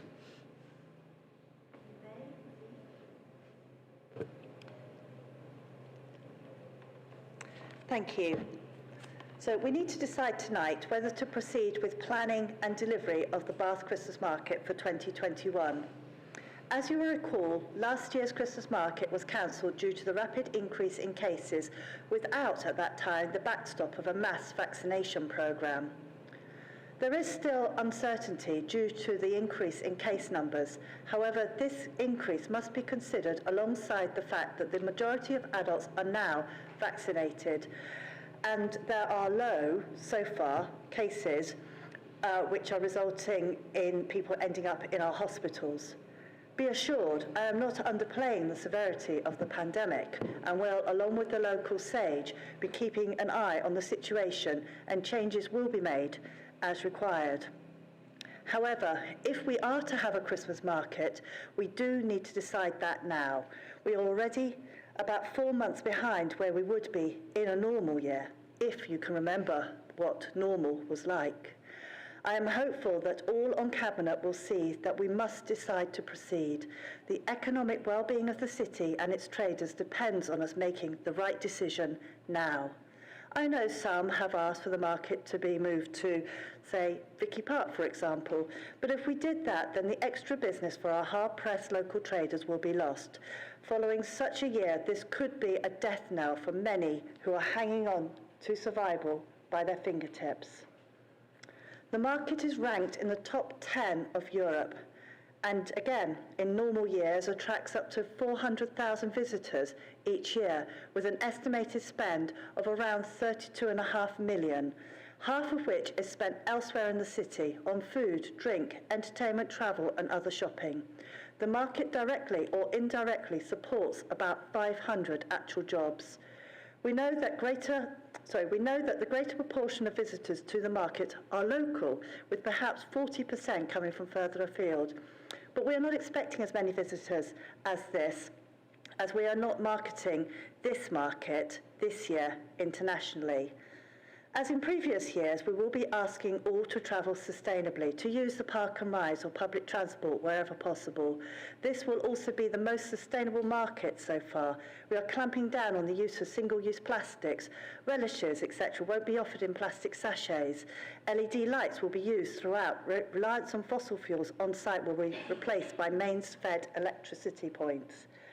The market itself will have an increased footprint, while the number of chalets is being reduced from 205 to 161, with additional space being built into the arrangement, and so this will help manage social distancing and help people stay safe. I know the high numbers of visitors can be inconvenient for our residents, but we have a range of offers to help. These include a residents-only pre-market event, advertised quieter times for those with autism or who just appreciate less bustle, and mobility helpers for those who need extra help and support getting around. I hope all on Cabinet will support this paper and the proposal, and maybe even pop down to the market when it opens. We need this market. The city traders need this to happen. And to be honest, I think we could all do with some festive cheer and normality. Certainly over for the last 2 years, we haven't had that. I move all the recommendations, and now I look forward to hearing the comments from colleagues.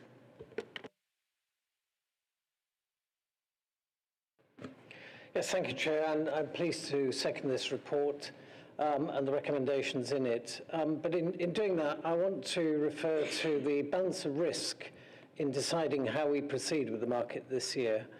As we all know by now, COVID is going to be part of our lives for many years. We know also that our business community has suffered greatly during 2020 and 21, and the Council, working with Bath Bid, is strongly committed to taking action to stimulate our local retail and hospitality economy. Various schemes are underway in Bath, Keynsham and Midsummer Norton to improve our high streets. Planned events will animate our high streets as well, and extensive restructuring of the Council's own property service will enable the Council to generate confidence and stimulate investment. Having said that, the Bath Christmas market traditionally provides a major economic boost in the run-up to Christmas. This is always welcome, but this year it is more important than ever to hold the event if this is possible. In reaching the decision, thought has to be given to the likely events over the next 6 months. The National Inoculation Programme will have ensured that nearly all adults will have been vaccinated. It is also possible that many will also have received boosters. This should ensure that overall population resistance will be higher than at present.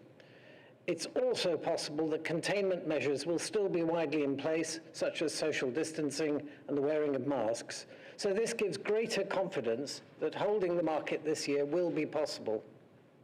However, the risk of cancellation must be acknowledged because of the unpredictability of the spread and mutation of the virus and the actions the government may have to take to reduce transmission.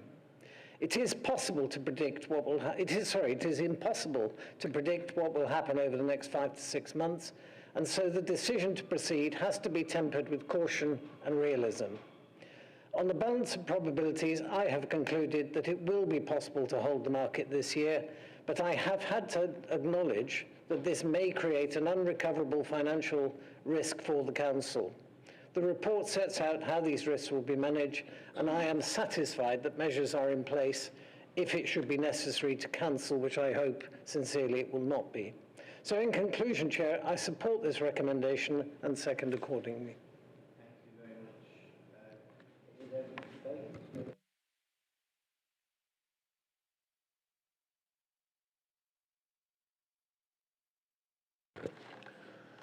That is unanimous.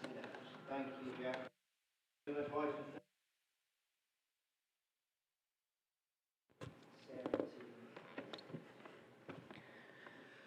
Yeah, the Cabinet, just to note that the Cabinet will be considering and voting on this item with regard to amended drawings UBR 3 and 4, which have now been updated on the Council website. These corrected drawings show the buffer area at one of the parking bays and bus stops that had been accidentally omitted. I would also like to thank everyone who submitted questions. It hasn't been possible to answer them all before the meeting. If any are not answered, either within the report or through this evening's discussion, they should be emailed to activetravel_fund_consultation@bathnes.gov.uk. I'm also suggesting this evening that we add a further recommendation 2.7, given that, as would be expected on such a complex scheme, that some of the fine detail is still evolving in response to feedback and to ongoing engineering discussions.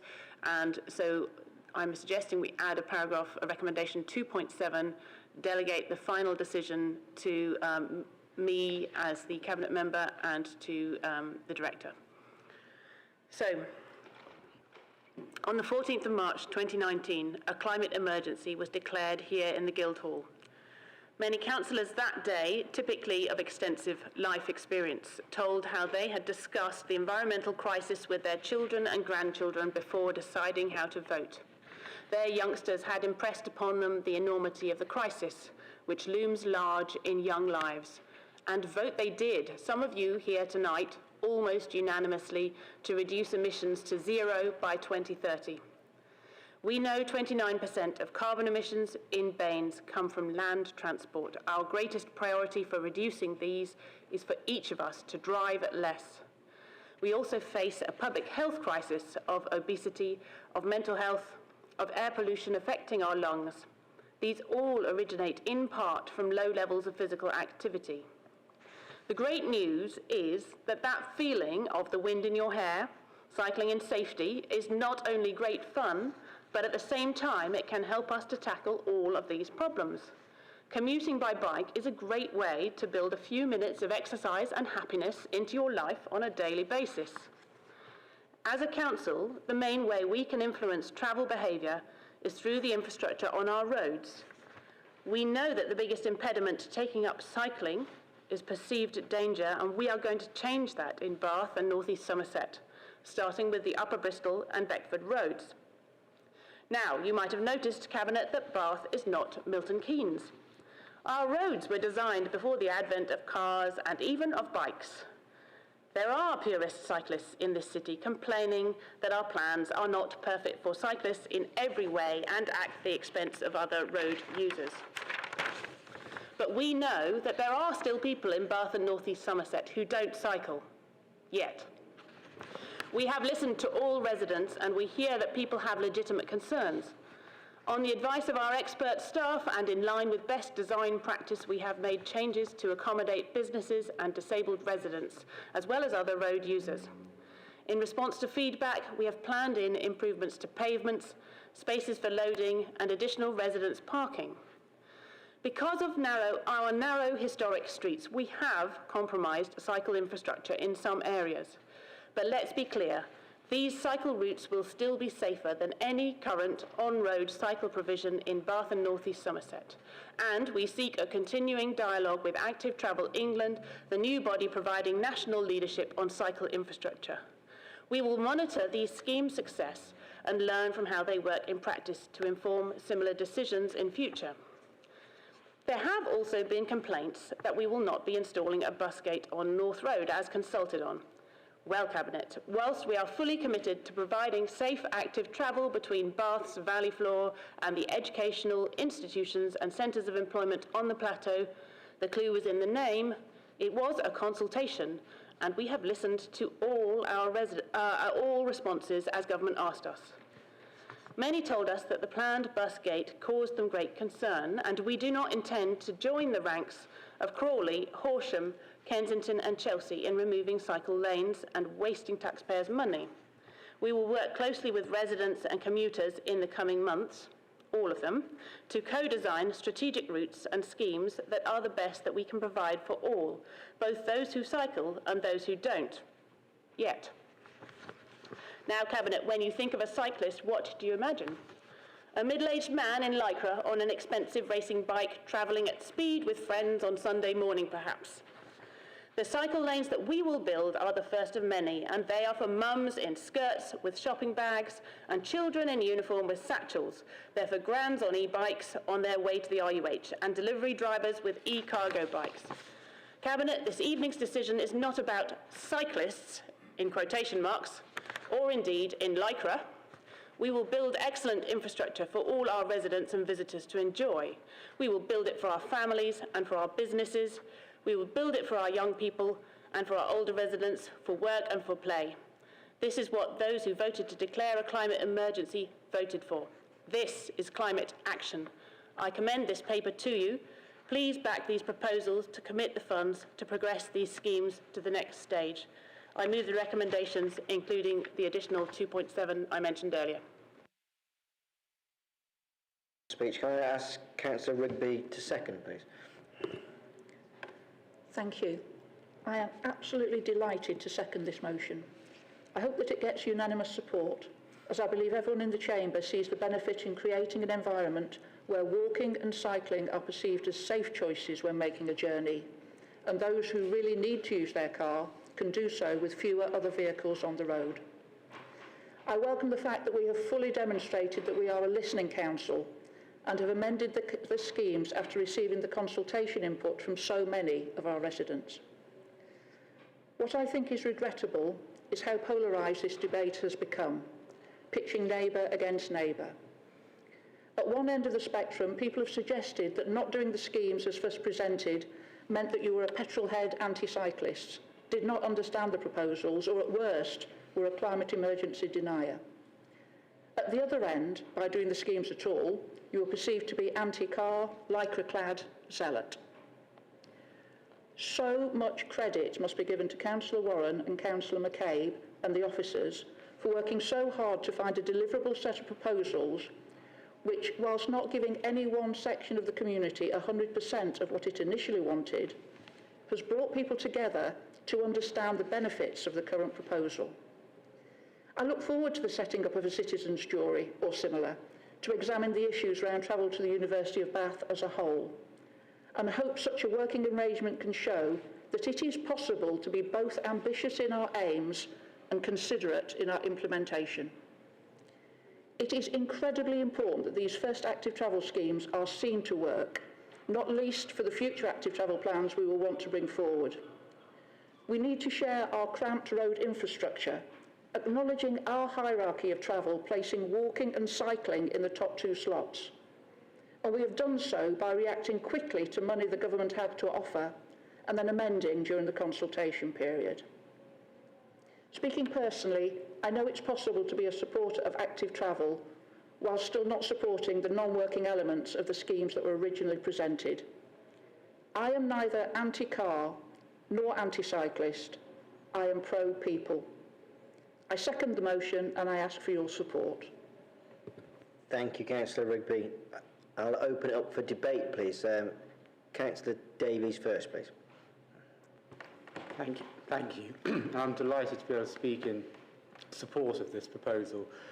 A little over 100 days since the Clean Air Zone came into effect, we are again this evening demonstrating as a Lib Dem administration that 2021 is the year of action as we seek to rebalance the way in which we travel around our area and tackle the great challenges of pollution, the climate emergency, whilst improving our health and well-being.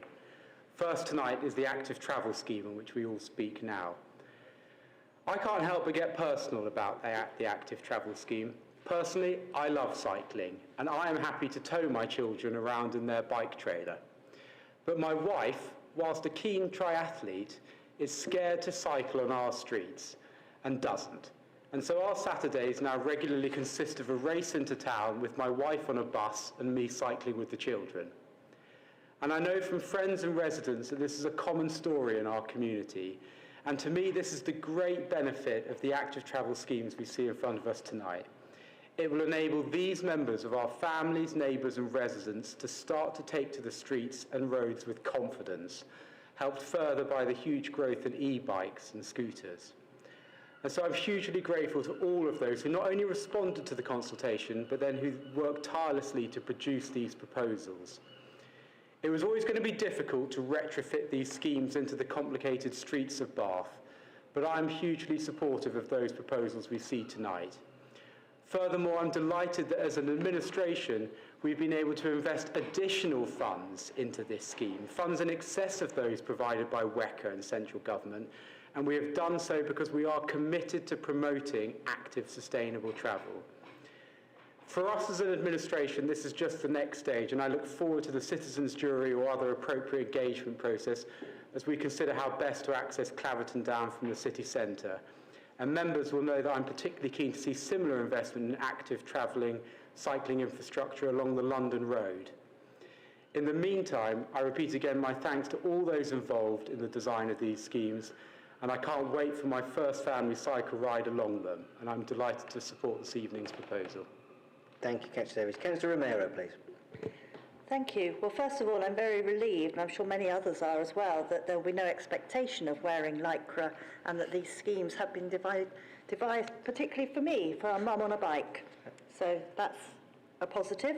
I just wondered about the various points that were raised by the speakers, who many of whom spoke of sort of a pre-consultation trial run, and wondered, once these schemes are implemented, what scope there is then for any change if it turns out that things don't quite pan out in the way that is expected. Councillor Warren, would you like to answer that? Once the schemes go in, I think we will monitor them closely to check that they're working, not only for immediate residents and also for the cyclists that use them. I think, and we'll be working closely with Active Travel England. So I'm sure that if problems are found, that we will adjust them. Thank you. I'm sure that will be very reassuring for those speakers that came and spoke. Thank you, Councillor Romero. Councillor Ball first. Thank you, Leader. It's a long way we come forward on these sort of schemes this evening.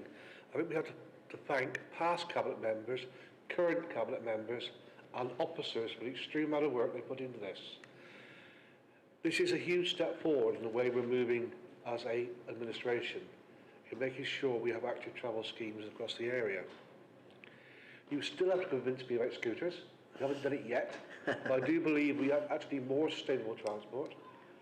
I cycle, as people well know, and what you probably didn't know, I used to race bicycles many years ago, but I never wore Lycra. I'm afraid it wasn't available post 50 years ago. It's a pleasure for us all, that situation, there were very few cars on the road those days, 50 years back, to the amount of cars there are currently on the road. We need to get this right. I welcome the reduced amount of schemes this evening, so we are seen to be going forward and be able to monitor the direction we're actually taking. There's nothing worse than trying something and get it wrong.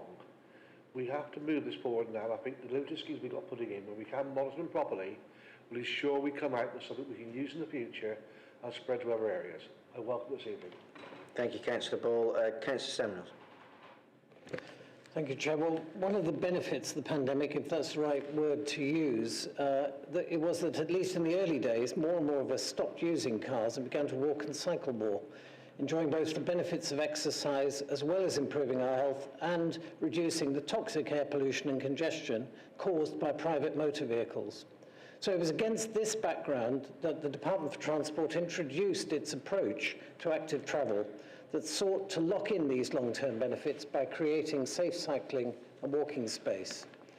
Now, several speakers have said, and I echo this, that in a city such as Bath, creating these safe routes is very challenging indeed due to the historic layout of the city. Many roads are narrow and congested. In some areas, car ownership is very high, with very little road space available due to parking. Road widths are often narrow, reflecting historic patterns of land values that reduce the size of these spaces. But Bath is also lucky to have high levels of resident occupation due to planning policies to encourage people to live in the centre of our city. And of course, Bath is very hilly, making access to some parts of the city challenging to walk or cycle, although e-bikes and scooters are changing that difficulty. Now, in setting out the schemes for the Cabinet today, there has been an enormous amount of work that others have acknowledged and discussion to reach the proposals that we have on the table. It has to be acknowledged that not all the original proposals were popular with residents directly affected, but I believe that what is now before us offers the best mix of achievability and value for money. There will, of course, be some who say that the Council has rowed back on its political aspirations and is not somehow committed to this programme of work. Well, what I say to this is look at the figures. All of the money provided by the West of England Combined Authority is to be spent this year and will be. And in addition, I have agreed that this budget should be topped up by the Council itself to enable more to be done. I just want to finish by providing some figures for the Cabinet. In total, the Council is currently working on 3.5 million of cycle infrastructure schemes covering 22 different proposals. This represents many kilometres of dedicated safe cycle and walking routes across Bath and North East Somerset. It may not be enough for some, but I think it shows that we are wholly committed to improving the opportunities for local people to use modes of travel other than the private car. So I will be supporting this recommendation, and like others, I want to add my thanks to Sarah Warren, who has somehow managed to untangle the pile of spaghetti that she inherited in May. Thank you very much, Councillor Bourne, please. Thank you. The original Tranche 2 active travel proposals were put together very quickly, without the involvement of councillors or residents from the relevant wards. It was therefore imperative that we listen carefully to feedback from the consultation, because that was the only opportunity we had to understand fully the impact of the proposed measures that they would have on the residents and businesses in those areas. Councillor Warren has listened very carefully to that feedback and has worked with officers to mitigate the major concerns.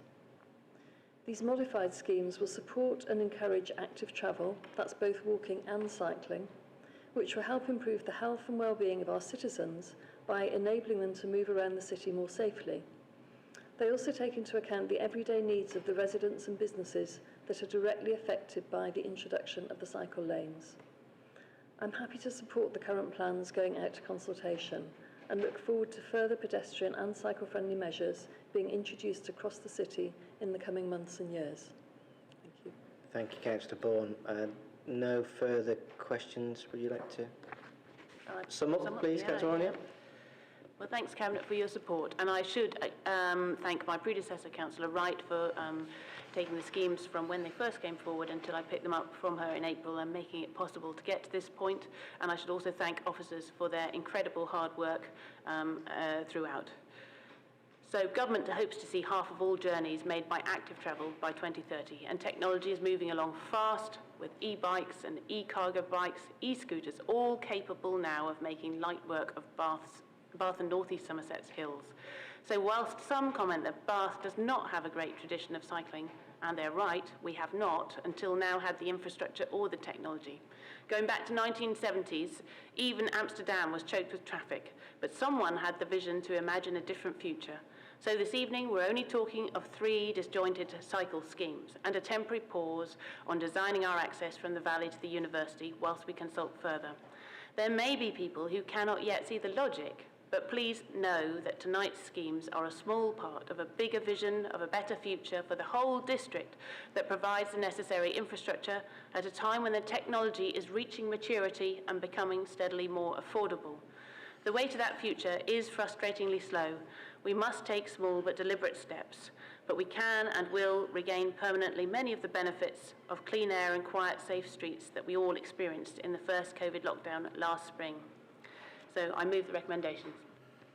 Thank you, Councillor Warren. I'd just like to add my personal thanks for the exceptional job yourself you're doing this particular area since inheriting quite a bit of a mess a couple of months ago. Your officers have worked exceptionally hard with ward councillors and with residents to produce an outstanding report. So thank you very much, Councillor Warren. I'll move to the vote, please. All in favour? Mr. Chair, can I just ask you to clarify the recommendation 2.7? So and also if I can ask my senior colleagues as well to on the wording. So the public is clear to what the resolution will be? Yes, Councillor Warren, just clarify point 2.7 so we're clear on exactly what the Cabinet are voting on, please. I believe it's that we're delegating the final decision on the detail of the schemes to me as the Cabinet member and the Director. Is that? I believe that's correct. That's acceptable. Can perhaps we just suggest that perhaps we also want to add to report back to Cabinet should there be any significant departure from the recommendation? Yep. That would make sense. Yep. Is everybody happy with that addition? Yep. Okay. Once again, we're back to the vote, please. All in favour? That is unanimous. Thank you. Thank you, Jack. Thanks for that clarification at the end there. Moving on to item 14, livable neighbourhoods. Councillor Warren to move the proposal, please.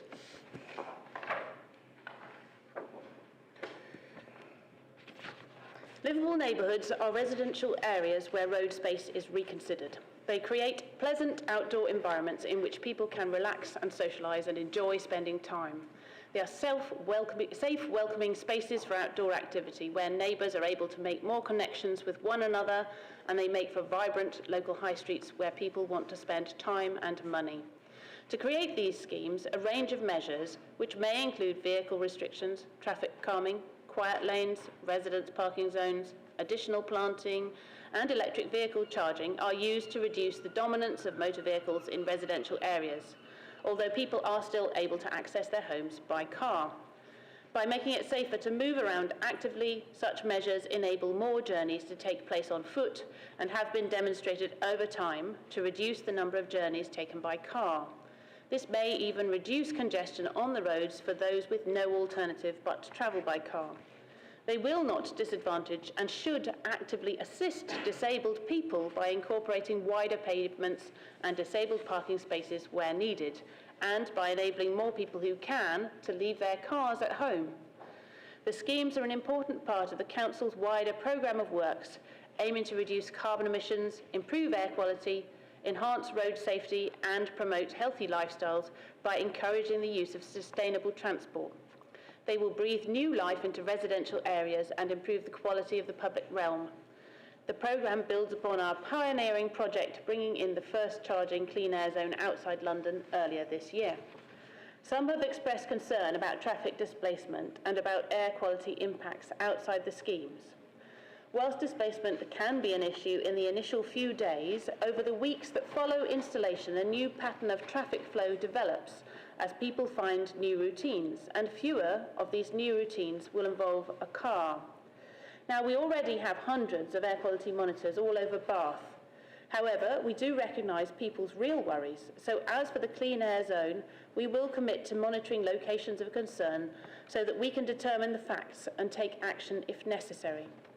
Cabinet adopted our Livable Neighbourhoods policy on the 10th of December 2020, following a consultation on the principles which received over 1,500 responses, demonstrating overwhelming support for the concept.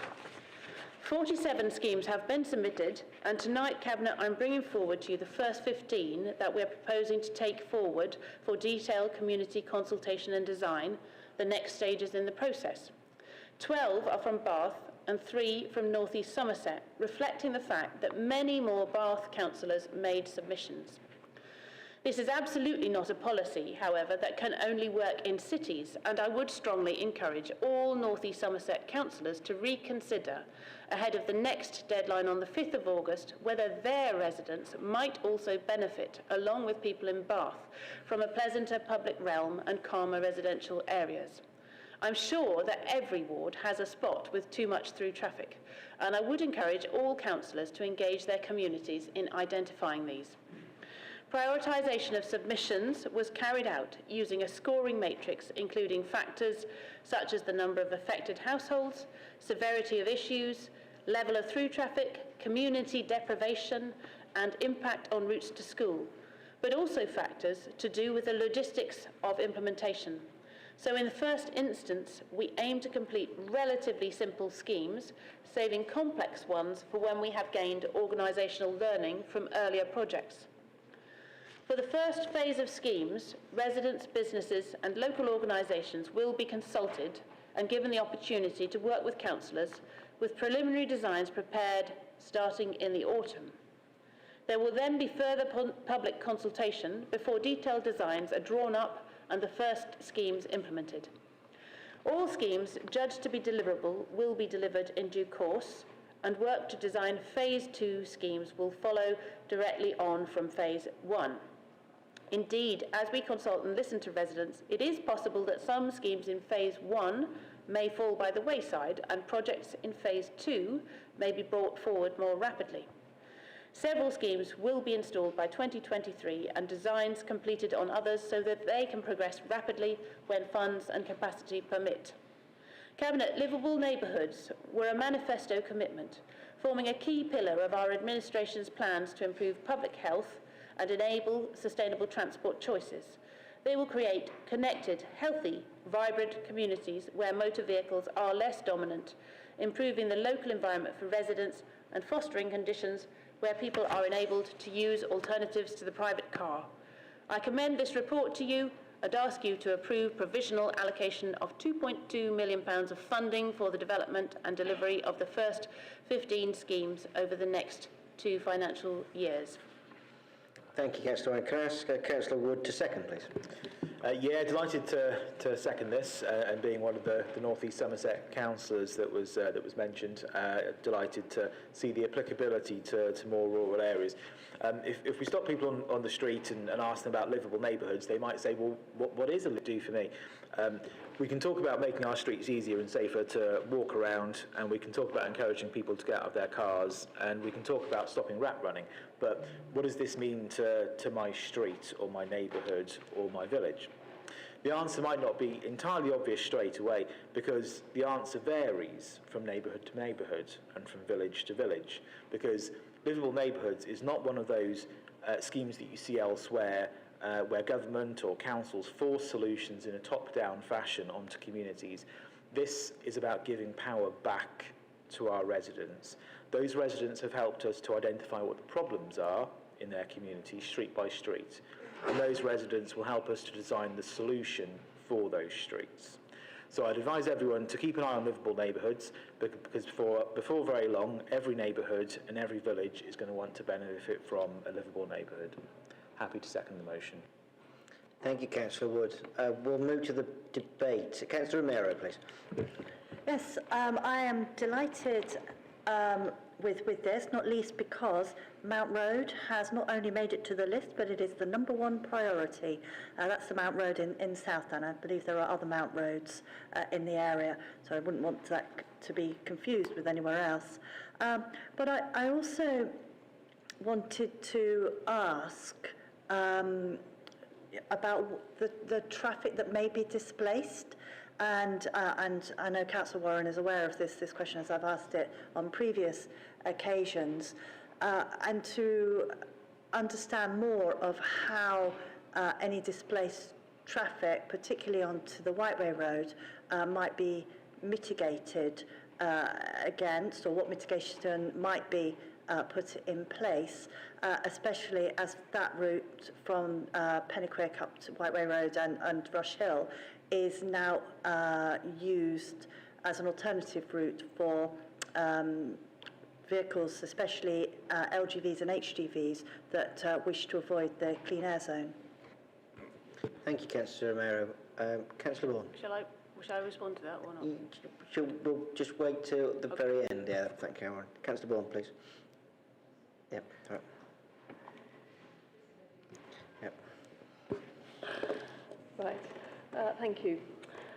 These livable neighbourhood schemes are the start of a move to reduce the dominance of cars in our streets and to support the development of communities where people feel that their children can travel to school safely and independently, and where people can interact without the ever-present threat of fast-moving through traffic. The balance of schemes across a range of communities is very welcome, and I look forward to seeing the detail as it is developed in consultation with local residents. As a ward councillor in Widcombe and Lincoln Ward, I'm particularly pleased to see that we look likely to get a much-needed pedestrian crossing on Prior Park Road, that the current cut-through on Church Street will no longer be open to speeding through traffic, which will also be of benefit to the residents of linking roads across Bathwick, Widcombe and Lincoln wards, and that the new Entry Hill Cycle Park will be accessed from a low-traffic neighbourhood. I hope that many other such schemes will be implemented in the coming months, and that our streets will start to become safer and quieter environments for all users. Thank you. Thank you, Councillor Vaughan. Councillor Rigby, please. Thank you. I will also be supporting the motion in front of us, and I will do so with immense pride in what is being proposed. Other people have all spoken about the benefits, so I'll just add a few more thoughts.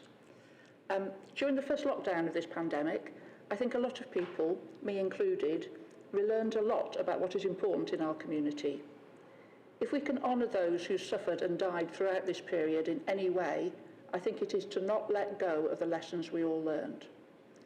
It was great to be able to wander outside our front doors, safely chat with our neighbours, that we could hear birdsong, not traffic, that we could breathe in cleaner air, and that children played in the street. I completely understand that we can't preserve that time in Aspic, that economic recovery will require more commercial activities, but what we should not do is return unthinkingly to how it was before. Livable neighbourhoods. Who wouldn't want that for our future? Elsewhere, some early schemes have failed and they are being removed because they were implemented without involving residents and they tarnished the words livable neighbourhoods. We have learned from the experience of others, and what we are proposing could not be more different. The schemes going forward will be because of requests from the community and will be co-designed and consulted on widely.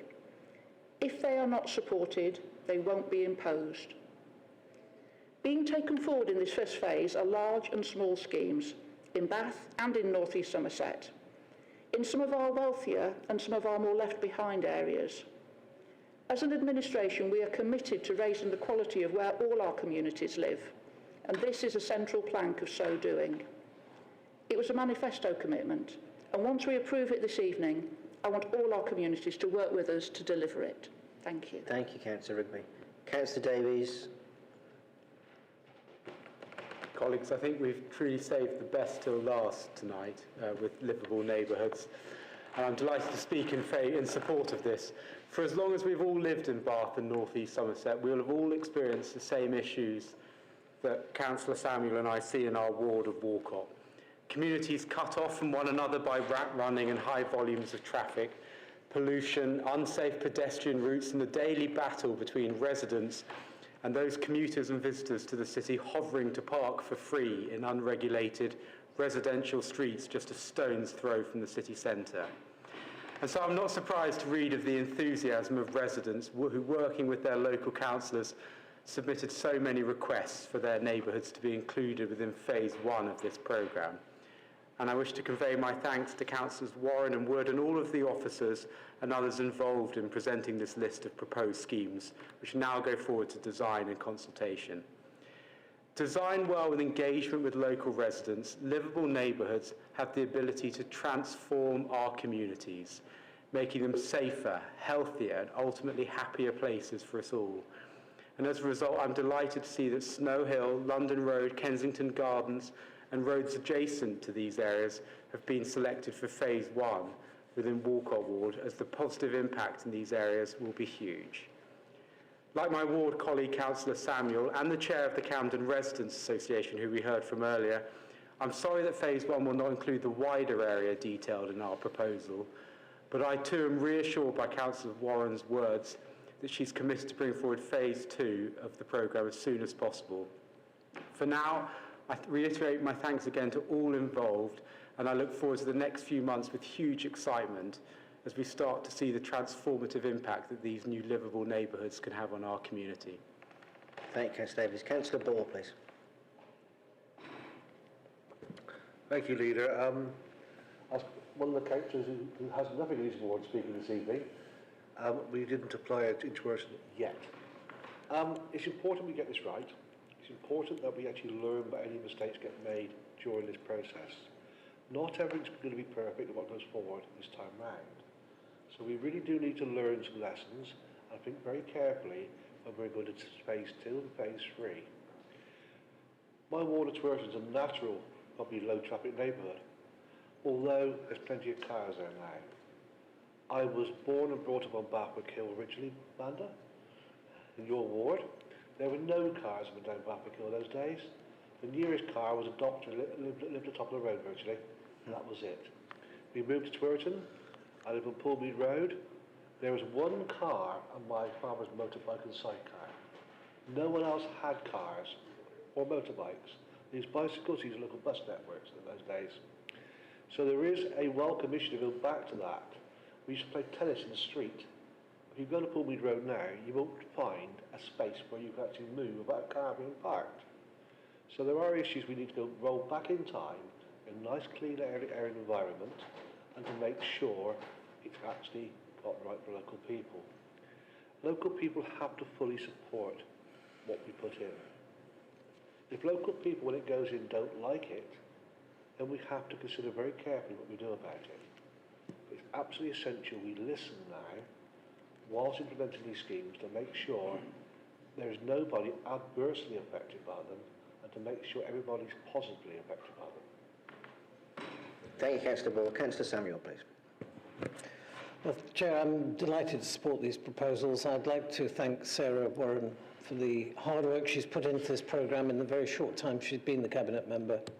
This is, for me, the beginning of the rebalancing of local priorities away from the dominance of vehicles in our streets across Bath, North East Somerset, and towards less intrusive environments for our residents.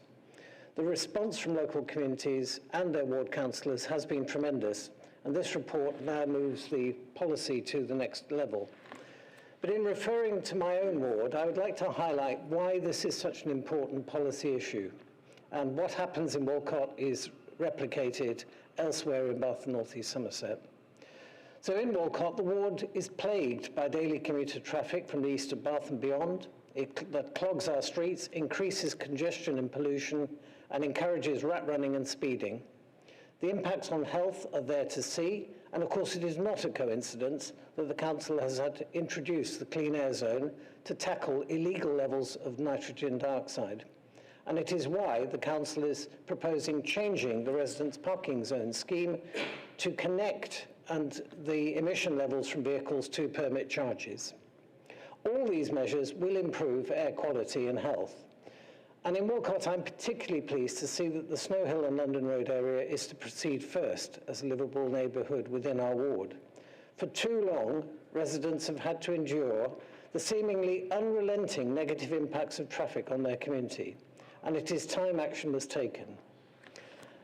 However, I am also pleased that Councillor Warren has acknowledged that further work is needed in Walcott, and like Councillor Davis, it is my hope that this can commence in the near future once Phase 1 has completed. I can announce today that in preparing the 22-23 budget, I intend to commit further capital funds to this programme to enable it to extend further in 22-23 and beyond into 23-24. The precise amounts will not be announced today because they will be dependent on the speed of spend on the first phase, but it is my hope that we can uplift the capital sums available in 22-3. Livable neighbourhoods are here to stay. They will be funded, they will be delivered, and by working closely with local communities, they will be a success. They also deliver on a top 2019 manifesto commitment and will mark out one of the choices available to electors in 2023. Thank you, Chair.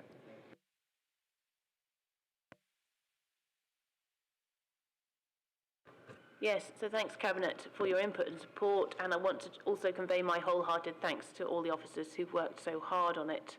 So to pick up the questions, there was a question about, a question about the Clean Air Zone and displacement of traffic onto, I think, Pennycrick Hill.